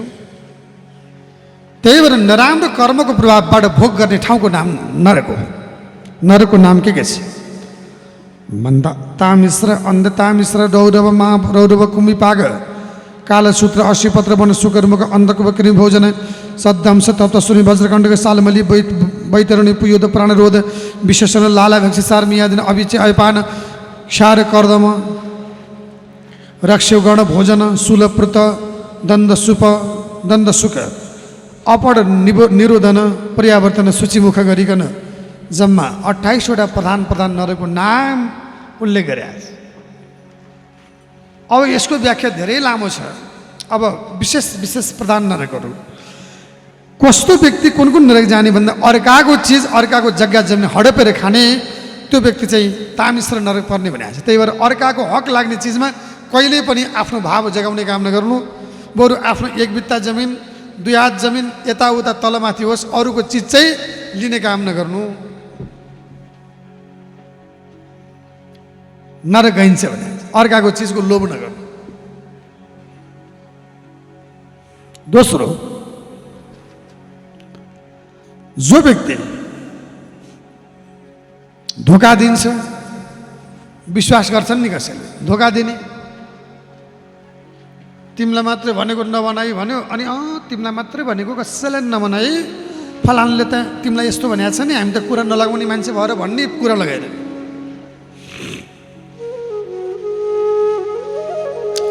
त्यो चाहिँ के हो त? तामिश्र नरक। त्यही भएर अरूको विश्वासमा धोका दिने काम नगर्नुहोस्। जो व्यक्ति म जस्तो जान्ने, म जस्तो सुन्ने, म नभएको भए, मैले नगरे भए भनेर म भन्ने विषयले अभिमान गर्छ भने त्यो चाहिँ रौरव नाम गरेको नरक पर्ने भनेको छ। त्यही भएर अभिमान नगर्नु।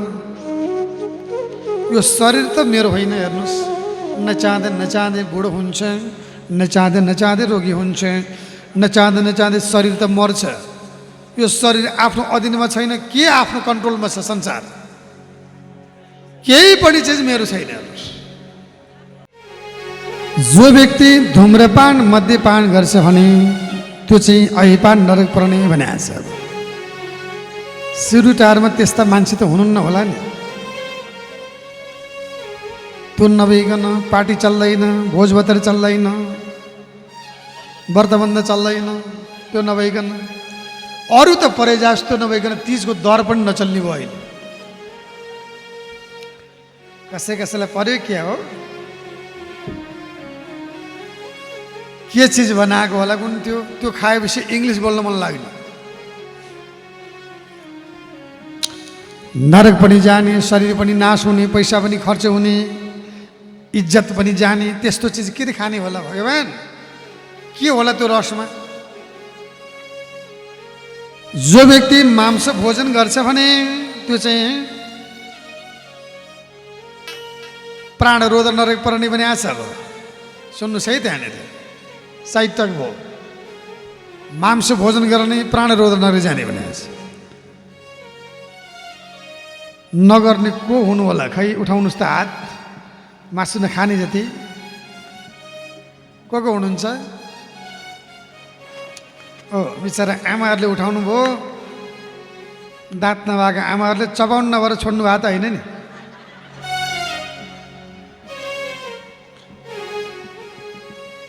एक ठाउँमा वाचन गरिरहेको एकजना आमाले उठाउनु भयो, यसरी 2 हात उठाउनु भयो आमाले, छोड्नु भयो आमा भने छोड्ने बाबु, मासु छोड्ने, चौटा चाहिँ छोडी झोल चाहिँ पिइरहन्छु भन्नुभएको थियो। किन भनेको दाँत छैन भन्नुभएको थियो।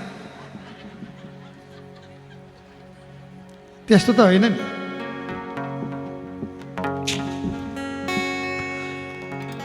अब हामी मासु खाने प्राणी होइन, मैले बार बार भनेको छु यहाँहरूलाई, धेरै ठाउँमा धेरै मिडियामा।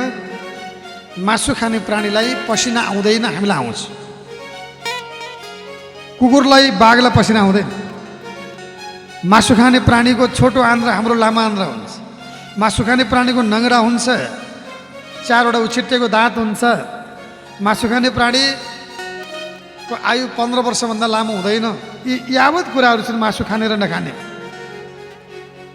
हामी मासु खानको लागि हाम्रो शरीर बनिया होइन है, जबरजस्ती खाएका मात्रै हो। मान्छेको रगत मान्छेलाई मिल्दैन, पशुको रगत खाएर हामीलाई मिल्ला। त्यही भएर बिन्ती गर्छु, सकेसम्म छोड्नुहोस्। ऊ एउटाले भनेको थियो, गुरु छोड्न चाहिँ छोड्छु, यो दसैँ र तिहार सिद्धिहार छोड्छु भनेको थियो।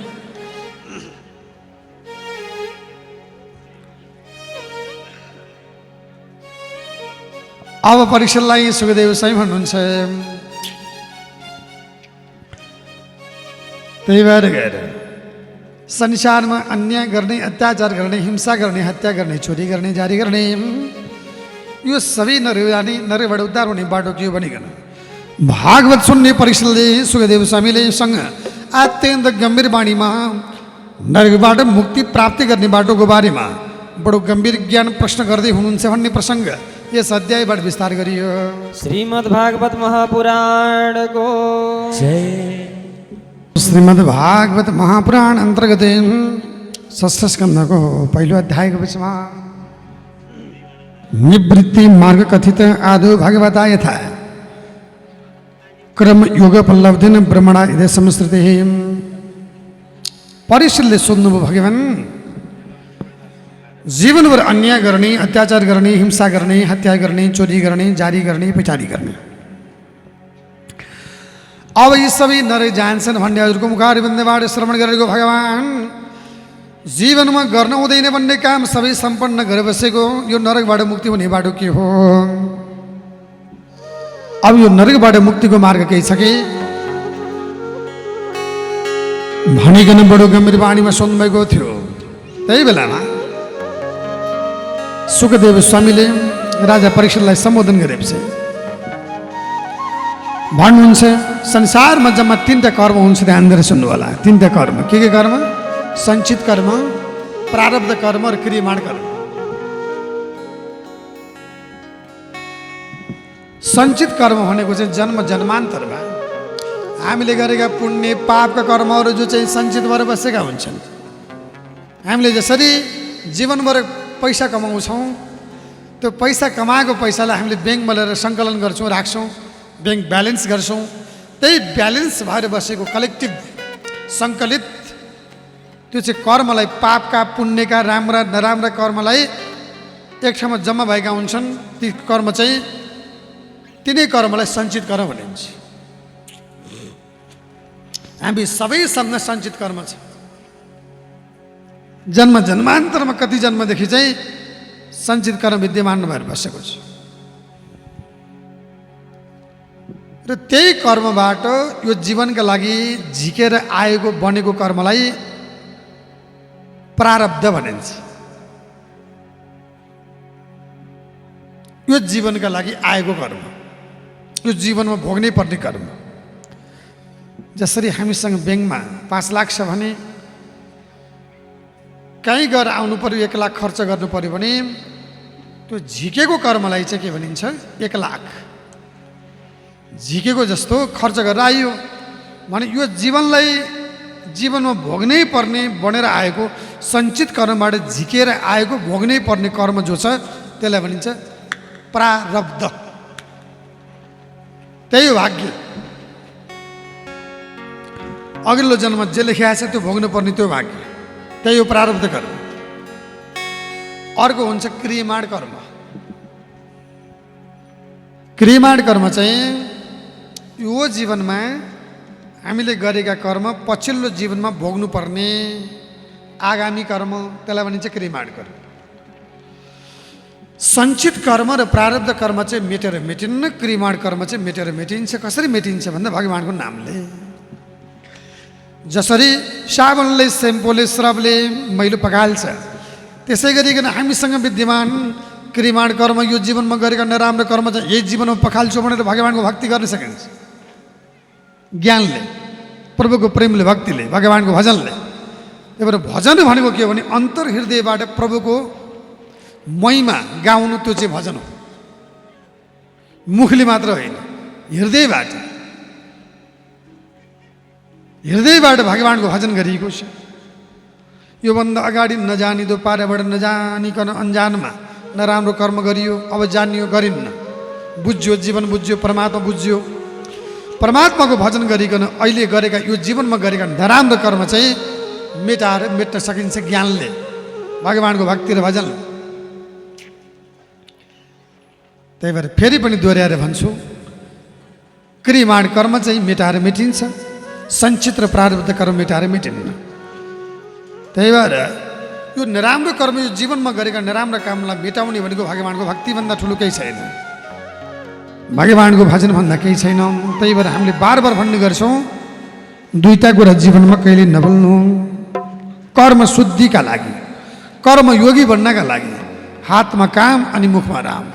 हातमा काम कर्म, कर्म यहाँ गरेछ, भगवान्को भजन गरेछ, भगवान्को भक्तिमा आफूलाई समर्पित गरेछ। अब यो कर्मको प्रभावको विषयमा श्रीमद् भागवत षष्ठ स्कन्धले ज्ञान दिएको छ।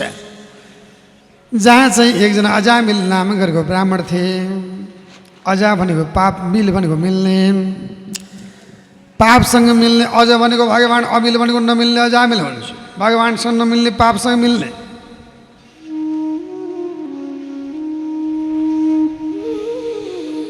जीवनभर अन्याय गर्ने, अत्याचार गर्ने, हिंसा गर्ने, हत्या गर्ने, चोरी गिराजारी पैठारी गर्ने, राम्रो कर्म गर्ने, संसर्ग दूषित भएको, 9 भाइ छोरा प्राप्त पैदा गरेको, सबै पापी भएर गएका, ब्राह्मण कुलमा जन्मिएको, कुनै कर्म नगर्ने। यसको परीक्षा गर्नका लागि एक समय केही ऋषिमुनिहरू गएछन्, सप्तऋषि गए भन्ने प्रमाण छ। गएर परीक्षा गरे, घरमा थिएन, श्रीमतीले सेवा शुश्रूषा गरिन्, सम्मान गरिन्। जाने बेलामा सोधे के चाहिन्छ भन्दा मेरो श्रीमान चाहिँ अत्यन्त पापी छोराहरू 9 भाइ पापी भएर गए, 10औँको लागि छोरा पैदा गरेर ज्ञानी भएर जन्मोस्। भन्दा यो फल खाऊ भन्नुभयो, फल दिनुभयो, फल खानुभयो, श्रीमानसँग गर्भवती हुनुभयो, गर्भ ग्रहण गर्नुभयो। जाने बेलामा ऋषिमुनिहरूले छोराको नाम नारायण राख्नु है भनिदिनु भयो। गर्भवती हुनुभयो, 10 महिना परिपूर्ण गरिकन छोरो जन्मियो, त्यो छोराको नाम नारायण राखियो। अरू चाहिँ नारायण नारायण भनेर बोलाउने, बाउ चाहिँ नारायण भनौँ भने भगवान्को नाम पर्छ भनेर कान्छा कान्छा भनेर बोलाउनु लाग्यो। कान्छा कान्छा भन्नु लाग्यो। तैपनि परमात्माको नाम नलिनु, नारायण भनौँ भने भगवान्को नाम पर्ने भयो। त्यही भएर कान्छा कान्छा भनेर बोलाउनु। अजामिल भोजन दूषितको कारणबाट, संसर्ग दूषित र विचार अत्यन्तै नराम्रो भएको हुनाले उमेर नपुग्दै रोगी भयो, बुढो भयो, मर्ने बेला भयो। मर्ने बेलामा गएर उसको अगाडि हरियो रङ लगाएर देखाउँदा हरियो भन्दा नभन्ने, हरियो भनौँ भने हरिको नाम लिनु पर्ने भयो। त्यही भएर काँचो काँचो भन्ने। यसको रङ कस्तो छ भन्दा हरियो नभन्ने, हरियो भनौँ भने हरिको नाम भन्नुपर्ने भयो। त्यही भएर काँचो भन्ने। 33सम्म पापी थियो। यमराजका दूतहरूले घेराबन्दी गरेर मर्ने बेलामा चारैतिरबाट घेराबन्दी गरेर भयभीत गराए। उसले देखाएको छ, अरूले देखाएको छैन। गाउँले बोलाउन आयो, छोरो रोएर बसिरहेछ, कान्छो मेरो बाबा मर्ने बेला भनेर। अनि अजामिलले मर्ने बेलामा छोरो कान्छोलाई बोलायो।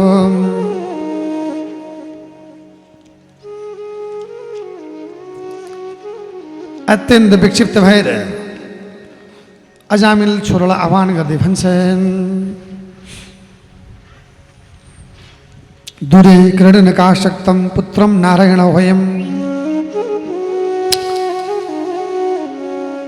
अन्तिममा गएर अजामिल मर्ने बेलामा कान्छो छोरोलाई आह्वान गर्दै भन्छन्, बडा भयङ्कर जनहरू आए, हेरिँदैछन् भई खुब जनाए। कान्छो डरायो केटी देखे बाबु हे पुत्र नारायण आऊ आऊ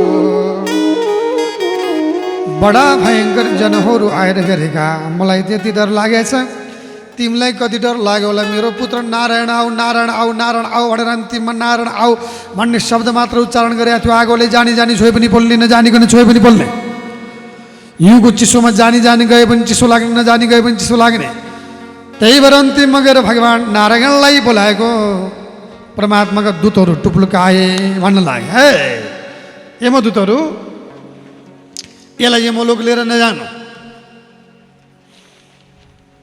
यो दुराचारी भए पनि यसलाई चाहिँ ब्रह्मलोक नारायणको लोकमा लैजानु किनभने अन्तिममा यसले नारायणको नाम जपेछ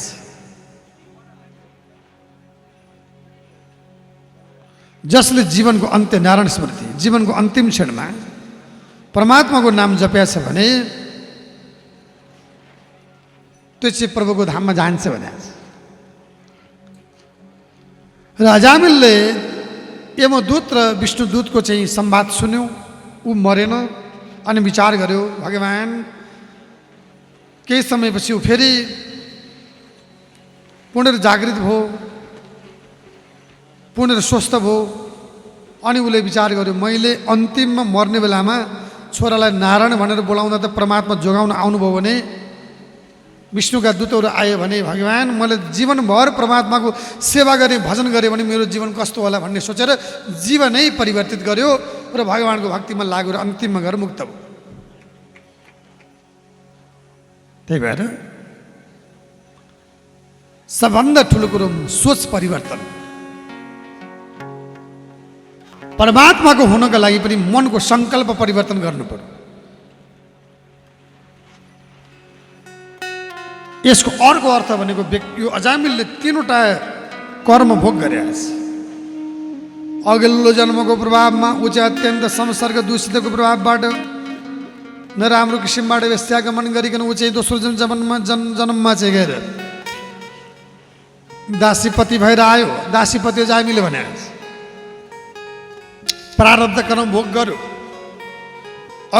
अघिल्लो जन्ममा अत्यन्त ज्ञानी ध्यानी थियो सञ्चित कर्मको पनि केही अंश भोग गर्यो यो जीवनमा पापिष्ट थियो छोराको रूपमा नारायण भन्ने छोरा पायो र नारायणको नाम जप्यो नारायणको नामले यो जीवनमा गरेका पाप कर्म मेटायो क्रियामाण कर्म चाहिँ भगवान्को भक्तिले मेटायो तिनटै कर्म भोग गर्यो त्यही भएर हामीले जे कर्म गरेका छौँ त्यो भोग गर्नुपर्छ हामीले आलु रोपेर गहुँ प्राप्त गर्दैनौँ हामीले मकै रोपेर धान प्राप्त गर्दैनौँ स्याउ रोपेर सुन्तला मिल्दैन हामीलाई जे कर्म गरेका छ त्यसको प्रतिफल भोग्नै पर्छ त्यही भएर कर्म राम्रो गर्नु पर्यो फल राम्रो मिल्छ भन्ने ज्ञान श्रीमद् भागवते षष्ठ स्कन्धले बतायो श्री भागवत सुन्ने परिषदलाई सुखदेव स्वामीले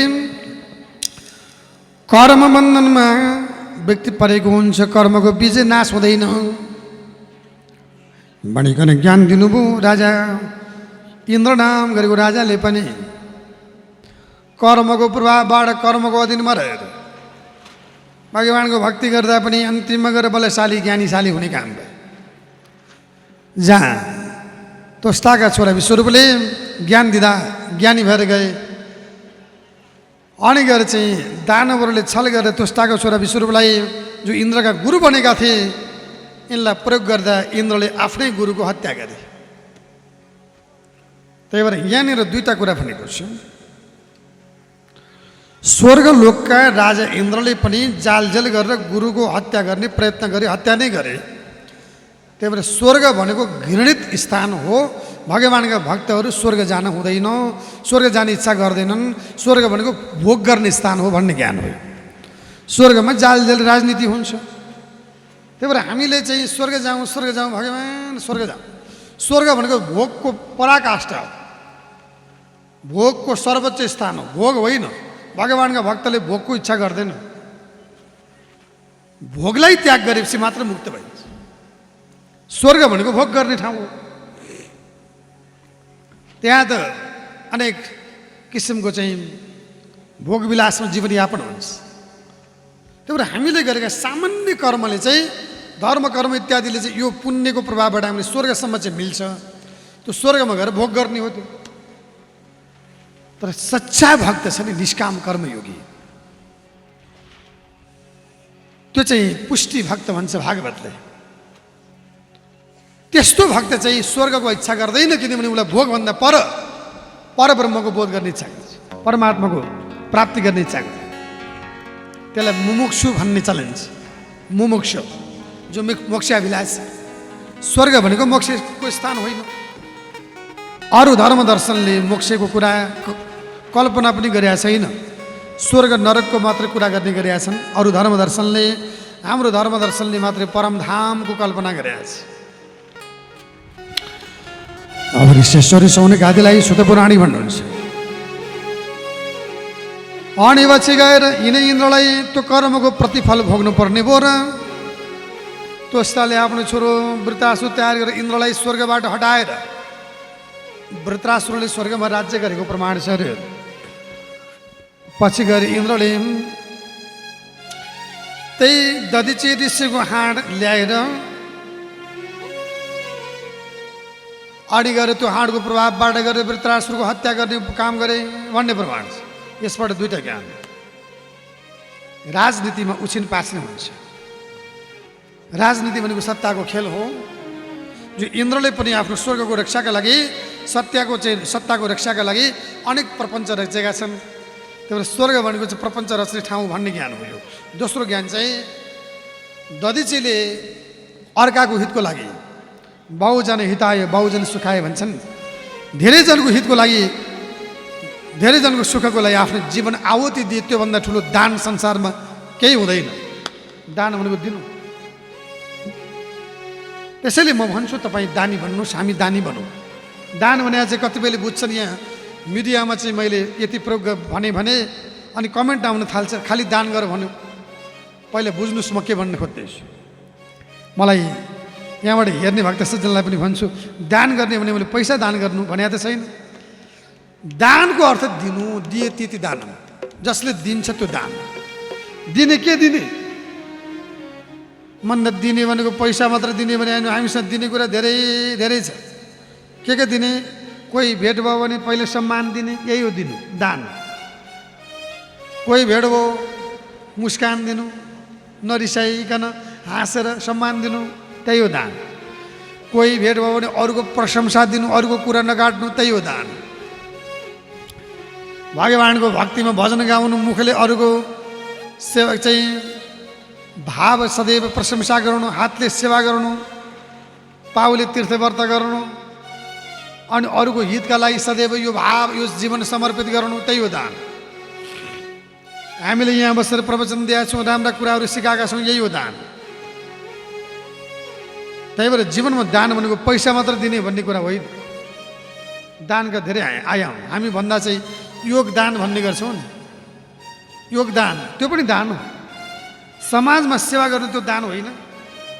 अरूको हितको लागि प्रयोग गर्नु दान होइन। दान भनेको अरूको हितको लागि, परोपकारको लागि जे प्रयोग गरिन्छ, चाहे बोली होस्, चाहे व्यवहार होस्, चाहे कर्म होस्, चाहे धन होस्, त्यो सबै दान हो। त्यसैले हामी जीवनमा दानी बन्ने कोसिस गरौँ। अरूको सम्मान गरौँ, अरूको प्रेम गरौँ, अरूको विषयमा टिका टिप्पणी नगरौँ। हाम्रो समाज कस्तो बन्दै गएको छ भने अहिले सामाजिक सञ्जाल हेऱ्यो, मैले नै राम्रो कुरा गरेँ भने त्यहाँ गएर कमेन्ट नेगेटिभ भइ आइहाल्छ। अरूको राम्रो कुरा छ भने प्रशंसा गरिदिउँ क्या।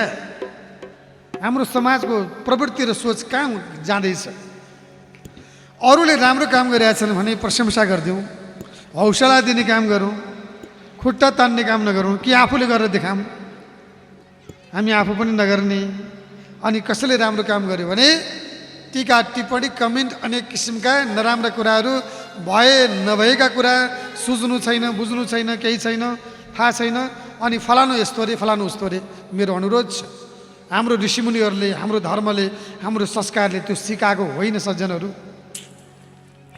हाम्रो धर्म संस्कारले त हामीलाई दिने सिकाएको छ। दिने भनेको मुस्कान दिने, प्रेम दिने, करुणा दिने, दया दिने, भक्ति दिने, अरूको प्रशंसा दिने, हातले सेवा दिने,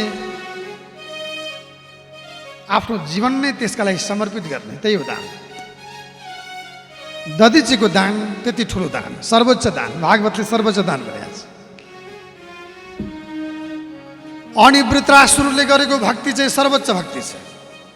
यहाँनिर श्रीमद् भागवतले भनेको छ, षष्ठ स्कन्धको 11 अध्यायमा वृत्रासुरले गरेको भक्ति, त्यही हो पुष्टि भक्ति, त्यही हो निष्काम भक्ति। निष्काम भक्ति भने के हो? यो श्लोकले यसको चाहिँ व्याख्या गरेको छ। न नाकपृष्ठम न च पारमेष्ठ्यम न सार्वभौमम न रसाधिपत्यम न योगज सिद्धि र पुनर्भवं वा समञ्जसत्वा विरहय्यकांक्षे। मर्ने बेलामा वृत्रासुरले यस्तो भक्ति गर्यो, मलाई केही पर्दैन भगवान्, मलाई स्वर्गलोक पनि पर्दैन, मलाई ब्रह्मलोक पनि पर्दैन,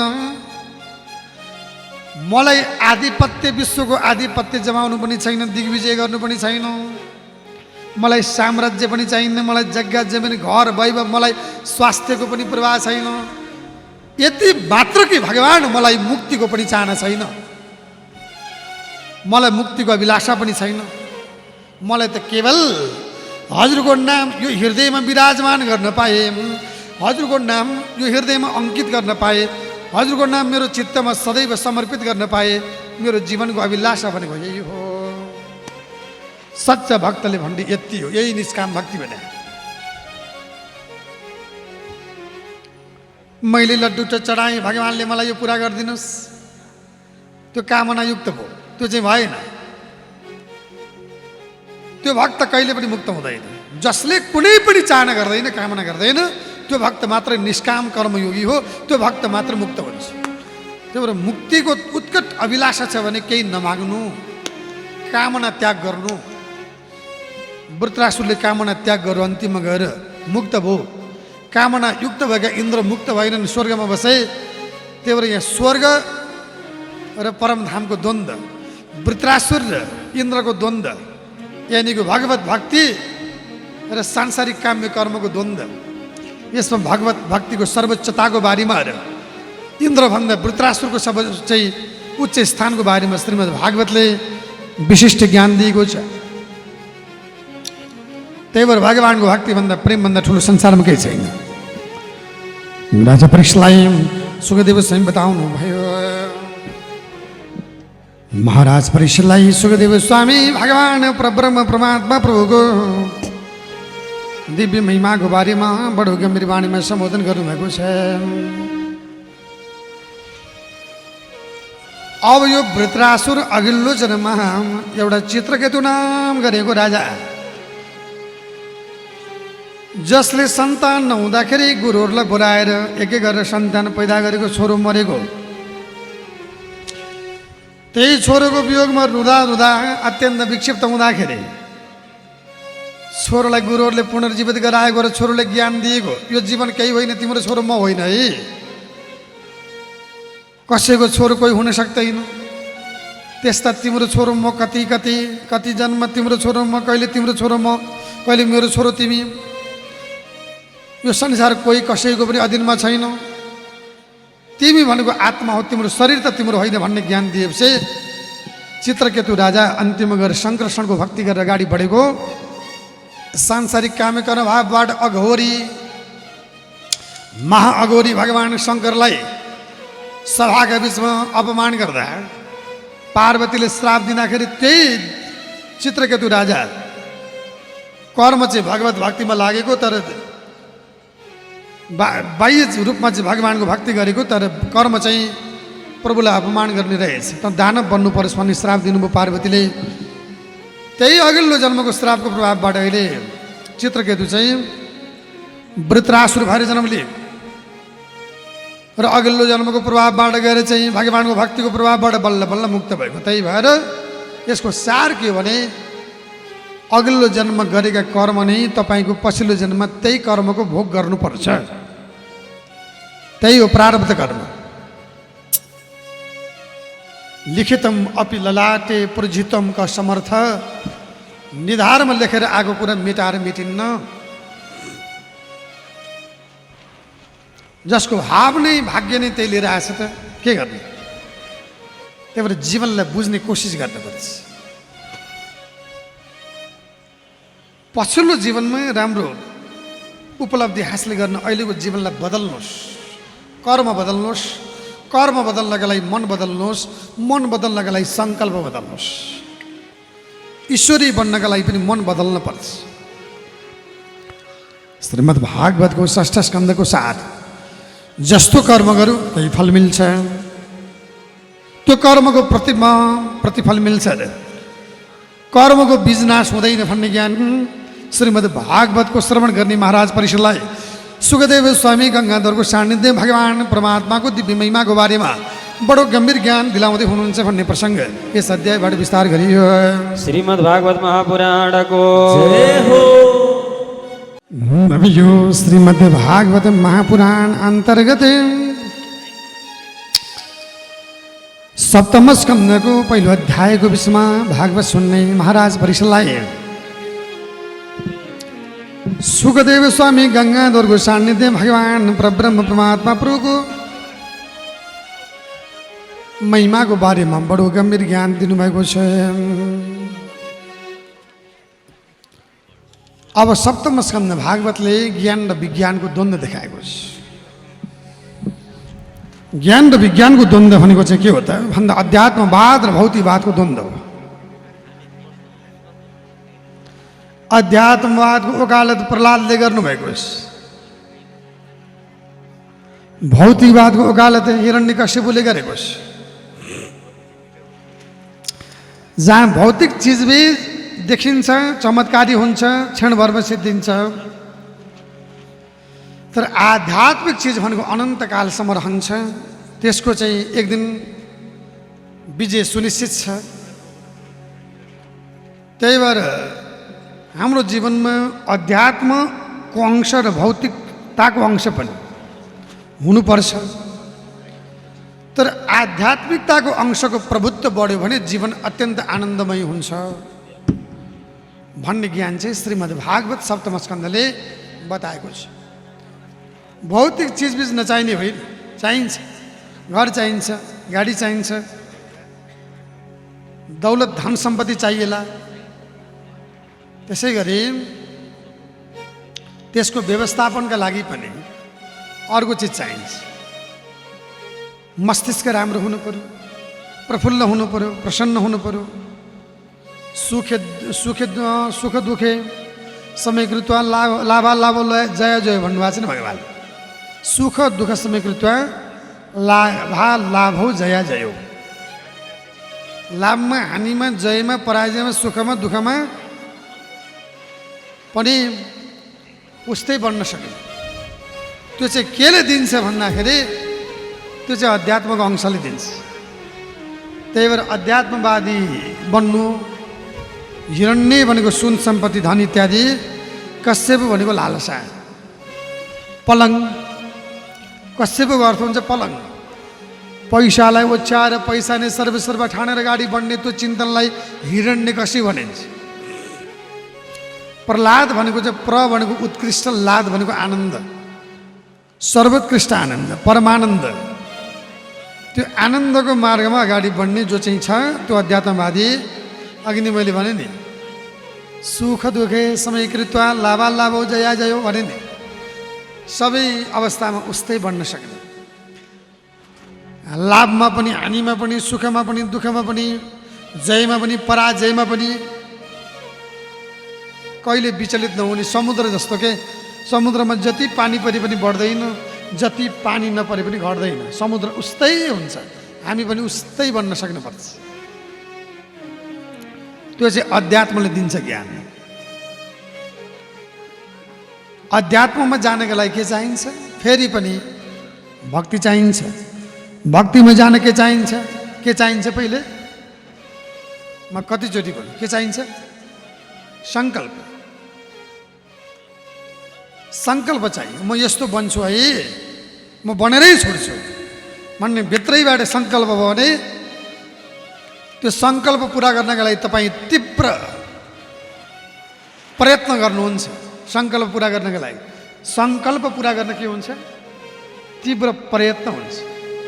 यदि सङ्कल्प राम्रो छ भने तीव्र प्रयत्न हुन्छ। त्यो प्रयत्न गरेपछि के हुन्छ? कर्म हुन्छ, कर्म देखिन्छ। त्यही भएर ईश्वरमा जानका लागि पनि सङ्कल्प चाहिन्छ। प्रयत्न भनेको बाह्य प्रयत्न होइन, ईश्वरमा जानका लागि आन्तरिक प्रयत्न चाहिन्छ, अभ्यन्तर हुनु पर्यो। त्यही भएर पूजा पनि अभ्यन्तर हो, पाठ पनि अभ्यन्तर हो, ध्यान पनि अभ्यन्तर हो। भित्रै रमाउने के, भित्रै प्रभुलाई देख्ने, भित्रै प्रभुको धाममा पुग्ने अभ्यास गर्ने, यही हो आनन्दको मार्ग, यही हो भक्तिको मार्ग। सप्तम स्कन्द भागवतले यही बताएको छ। यसको लागि प्रभुको प्रेम सर्वोपरि हो। महाराज परीक्षितलाई सुखदेव स्वामीले भगवान परब्रह्म परमात्मा प्रभुको दिव्य महिमाको बारेमा बडो गम्भीर वाणीमा सम्बोधन गर्नुभएको छ।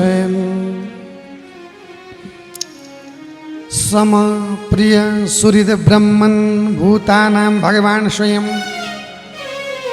इन्द्रस्यार्थे कथम दैत्य न विदुर्विषमे यथा। परीक्षितले सप्तम स्कन्धमा सोध्नुभयो, भगवान् श्रीहरि वासुदेव भेदभावबाट रहित हुनुहुन्छ, सम हुनुहुन्छ, समस्त प्राणीको प्रिय र सुहृद हुनुहुन्छ। तर मनुष्यहरू चाहिँ भेदभाव गर्छन्। एउटै आमा बाबाबाट पैदा भएका छोराछोरी पनि भिन्न भिन्न स्वभावको हुन्छन्। यो कारण भनेको के हो? बाबा आमा एउटै छन्, तर छोराछोरी स्वभाव भिन्न छ। एउटा ज्ञानी छ, अर्को ध्यानी छ, अर्को चाहिँ शाकाहारी छ, अर्को मासु नभइकन काँस रुच्दैन, अर्को रिसा छ, अर्को चाहिँ शान्त छ। यो कारण के हो भन्दा भागवत सुन्ने परीक्षितलाई सुखदेव स्वयं भन्नुहुन्छ,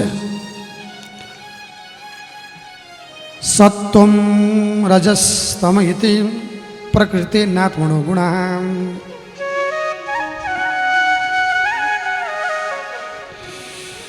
न तेषां युगपद्राजन् रास उल्लासहे भवाम्।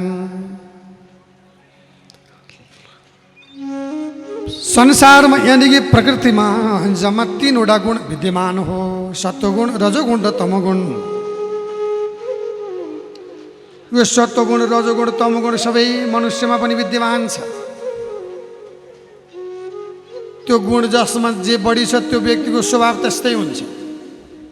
सत्वगुणको प्रभाव बढी भएको व्यक्तिमा सत्वगुणी हुन्छ, ऊ ज्ञानी हुन्छ, ध्यानी हुन्छ, प्रभुको प्रेम गर्छ, भक्ति गर्छ।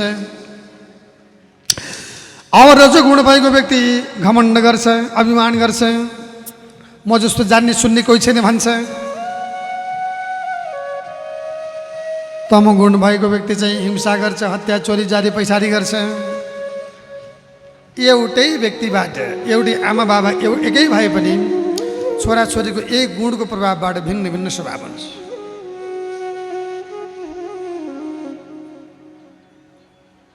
भने अब यो गुण कहाँबाट आउँछ त भन्दा गुण चाहिँ एउटा अघिल्लो जन्मबाट आउँछ, अर्को सङ्गतले गुण परिवर्तन हुन्छ। जस्तै अत्यन्त दुष्ट थियो तर गुरुको, ज्ञानीको, भागवत भक्तिको भक्तहरूको सङ्गत पर्यो भने ऊ बिस्तारै बिस्तारै आफूलाई परिवर्तित गर्छ, गुणै परिवर्तन हुन्छ।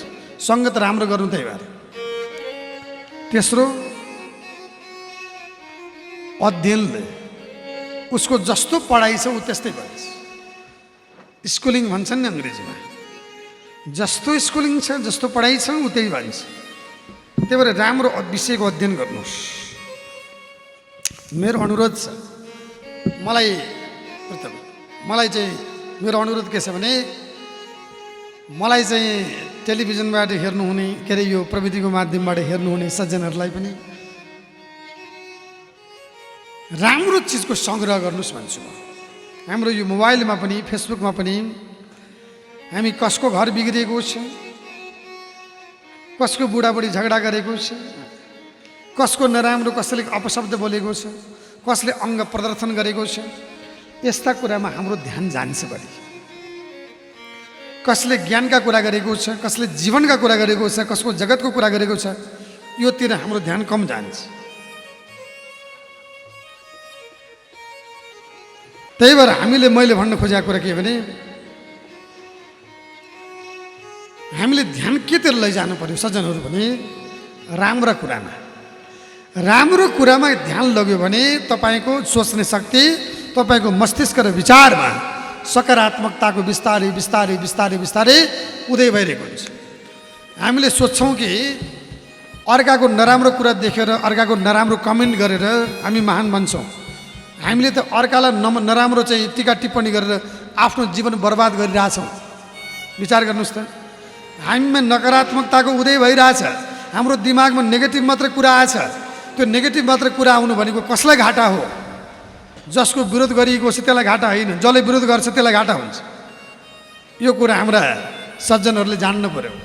मेरो अनुरोध छ, त्यहाँबाट नराम्रो कमेन्ट नगर्नुहोस्, सके राम्रो गर्नुहोस्, सके प्रेम दिनुहोस्, हौसला दिनुहोस्, अरूको विषयमा टिका टिप्पणी नै नगर्नुहोस्। म त के भन्ने गर्छु अझै गजब कुरा भने, हामीले हाम्रो ऊर्जा कहिले पनि नकारात्मकतामा खर्च नगरौँ। हाम्रो ऊर्जा आफैतिर खर्च गरौँ न। आफू कसरी बन्ने, आफू कसरी ज्ञानी बन्ने, ध्यानी बन्ने, साधक बन्ने, भगवत भक्ति गर्ने भन्ने यस्ता कुरामा चाहिँ हामीले हाम्रो ऊर्जा खर्च गर्नु पर्यो। अहिले हाम्रो ऊर्जा कहाँ खर्च भएको छ? कसैको टिका टिप्पणी गर्न, कसैको कमेन्ट गर्न, कसैको नराम्रो गर्न, कसैको नराम्रो हेर्न, कसैको नराम्रो सुन्न, ए भगवान् यस्तो यस्तो भइदियो हुन्थ्यो भन्न। मेरो अनुरोध छ सज्जनहरू, कसैको पनि टिका टिप्पणी नगर्नुहोस्। तपाईँले आफूलाई जीवन बदल्नुहोस्, आफ्नो जीवन धन्य बनाउनुहोस्। यही हो अध्यात्मको नियम। आफू बन्नुहोस्, आफू बनेपछि परमात्मा पनि आफैभित्र छ, देखिन्छ। तपाईँ राम्रो बन्नुहोस् अनि दुनियाँले वाह गर्छ तपाईँलाई। तपाईँ राम्रो बन्नुहोस्, तपाईँलाई सन्तुष्टि मिल्छ, सबभन्दा ठुलो कुरो। तपाईँ राम्रो बन्नुहोस्, तपाईँको इतिहास रहन्छ। 1000 वर्षपछि पनि फलानुले यति राम्रो कर्म गरेर गएको भनेर तपाईँको सुभाष, तपाईँको रोशन, तपाईँको सुभाष, तपाईँको आलोक, तपाईँको प्रकाश प्रकाशित हुन्छ, आलोकित हुन्छ। त्यही भएर हाम्रो धर्म दर्शनले तपाईँ प्रहलाद जस्तो बन्नुहोस् भने, आज प्रहलाद जस्तो बन्नुहोस्। संसारमा 2 किसिमबाट मान्छे प्रसिद्ध हुन्छ। एउटा चाहिँ राम्रो कामको लागि प्रसिद्ध हुन्छ, अर्को नराम्रो कामको लागि प्रसिद्ध हुन्छ। राम्रो कामको लागि प्रसिद्ध भने त्यसलाई सुविख्यात भन्छन्। नराम्रो कामको लागि प्रसिद्ध त हो, नराम्रो कामको लागि प्रसिद्ध भयो भने त्यसलाई कुख्यात भन्छन्। हामी कुख्यात बन्ने कि सुविख्यात बन्ने? हामी सुविख्यात बन्ने प्रयत्न गर्नुपर्छ। सबै सङ्कल्प हाम्रै हातमा छ क्या। हामीले आफूलाई बदल्नु, हेर्नुहोस्, संसार बदल्ने हुन्छ। हामीले हेर्ने नजर फरक हुन्छ। त्यही भएर श्रीमद् भागवतले तपाईँ प्रहलाद जस्तो बन्नुहोस्, हिरण्यकशिपु जस्तो होइन भने। आज यसरी भागवत भक्ति, यही ज्ञान। अब हिरण्यकशिपुलाई चाहिँ ब्रह्माजीको ध्यान गरेर चाहिँ भित्र नमरौँ, बाहिर नमरौँ, जलमा नमरौँ, थलमा नमरौँ, आकाशमा नमरौँ, पातालमा नमरौँ, दिनमा नमरौँ, रातमा नमरौँ, काँचोले नमरौँ, सुकेकोले नमरौँ भन्ने वरदान पाएछ। त्यो वरदान भनेको भौतिकवाद हो। ब्रह्मा भनेको बुद्धि हो, बुद्धि प्रयोग गर्यो हिरण्यकशिपुले। ब्रह्माको प्रयोग गर्यो भनेको बुद्धिले सृष्टि गर्छ। यो सबै रचना बुद्धिले गर्छ। त्यही भएर बुद्धि भनेको ब्रह्मा, ब्रह्माको प्रयोग गरेर विश्व विजय गर्यो। तर विश्व विजय त गर्यो, तर आफूलाई विजय गरेन। संसार विजय गर्छ मान्छेले, आफूमाथि विजय गर्न सक्दैन। सबभन्दा ठुलो कुरो विचार गर्नुहोस् त, मान्छे संसारलाई विजय गर्छ बाह्य रूपमा, आफूसँग हारिरहेको हुन्छ। आफूलाई सन्तुलित गर्न सक्दैन मान्छेले, आफ्नो मनसँग हार्छ। त्यही भएर सुत्ने बेलामा रातभरि निद्रा लाग्दैन। यो मनसँग हारेको, आफूसँग हारेको, अरूको नजरमा प्रसिद्ध छ, वाह प्राप्त गरे आज, तर भित्रभित्र आफू गलित छ। त्यो गलित नहुनको लागि आफैभित्र आफ्नो मनलाई मनोजय भन्छ नि, आफ्नो मनलाई जित्नका लागि, मनलाई नियन्त्रण गर्नका लागि आध्यात्मिक बन्नुपर्छ। हिरण्यकशिपु र प्रहलाद भनेको त्यही हो कि हिरण्यकशिपुले बाह्य संसार जित्यो, मनसँग हार्यो। प्रहलादले बाहिर केही गर्नु भएन, मनलाई जित्नुभयो। संसार विजय गर्यो, अध्यात्मको नष्ट गर्यो, धर्मको नष्ट गर्यो, वेदको नष्ट गर्यो। अन्तिममा गएर भक्त प्रहलाद निस्केर पिताश्री भगवानको भजन गर्नुहोस् भन्दा उनलाई दण्ड दियो। अनेक किसिमको चाहिँ कथालाई म धेरै भन्न चाहन्छु, यहाँहरू सबैले सुन्नुभएको छ। प्रहलादलाई दण्ड दियो, दुःख दियो, अनेक गर्यो। अन्ततोगत प्रहलाद भगवत भक्तिले परिपूर्ण हुनुभयो र मन जित्नुभयो। हिरण्यकश्यपले संसार जित्यो। अन्तिममा गएर नरसिंह भगवान प्राकट्य भएर हिरण्यकश्यपको वध गर्नुभयो। नरसिंह भनेको आन्तरिक ऊर्जा, आन्तरिक ऊर्जाले हिरण्यकश्यपलाई सक्यो। उसले जीवन बुझेन, आन्तरिक ऊर्जा ऊर्जित भएर मुक्त हुनुभयो प्रहलाद चाहिँ। त्यही भएर संसार बदल्ने होइन, आफूलाई बदल्नतिर लाग्नुहोस्। यही हो जीवन पद्धति, यही हो अध्यात्मवाद, यही हो हाम्रो धर्मले दिएको ज्ञान। अनि प्रहलादले भगवान परमात्माको भक्ति गर्नुभयो। आत्मज्ञानको प्रणेता भगवान नरसिंहलाई अनेक थरीबाट ध्यान गर्नुभयो। नरसिंह अवतार भगवानको जय जयकार भयो। जय बोलो नरसिंह अवतार भगवानको जय हो। महाराज परीक्षितलाई सुखदेव स्वामी गंगाधर सान्निध्यमा जाँदै भन्नुहुन्छ। अन्तिम भक्त प्रहलादले भगवानको ध्यान गर्नुभएको छ। ब्रह्मादया सुरगणा मुनयो त सिद्धा सत्वै कथा नमतयो वचसं प्रवाहे नाराधितुं पुरुगुणै रदुना विपिप्रु किं तष्टु मर्हति समे हरिरुग्र जाते। ओजले, ज्ञानले, विवेकले, चिन्तनले, सोचले म सामान्य भएको व्यक्ति भगवान, तर पनि मेरो भक्तिलाई हजुर प्रसन्न भएर दर्शन दिनुभयो। जहाँ ब्रह्माजीले, श्री रुद्रले, योगीजनले, मरुदगणले, विष्णु बैताले, विष्णु पार्षदले, बैताली गुरुले, किन्नरले ध्यान गर्दा भगवान प्रसन्न होइरहेको छैन। भक्त प्रहलादले ध्यान गर्दा भगवान प्रसन्न होइरहेको छु। यहाँको अर्थ के भने जसमा भक्ति छ उसले भगवानलाई नियन्त्रण गर्छ। अहम भक्त पराधीनो भगवानले भन्नुभएको छ। त्यही भएर भगवान भन्दा पनि भक्त ठुलो हुन्छ। हेर्नुहोस्, भक्त छन् त भगवान छन्, भक्त छैनन् भगवान छैनन्। भक्त छन् गुरु छन्, भक्त छैनन् गुरु छैनन्। गुरुभन्दा भक्त ठुलो। भक्त छन् मन्दिर छ, भक्त छैनन् मन्दिर छैन। मन्दिरभन्दा भक्त ठुलो। भगवान भन्दा भक्त ठुलो, गुरुभन्दा भक्त ठुलो, तीर्थालय देवालय मन्दिरभन्दा भक्त ठुलो।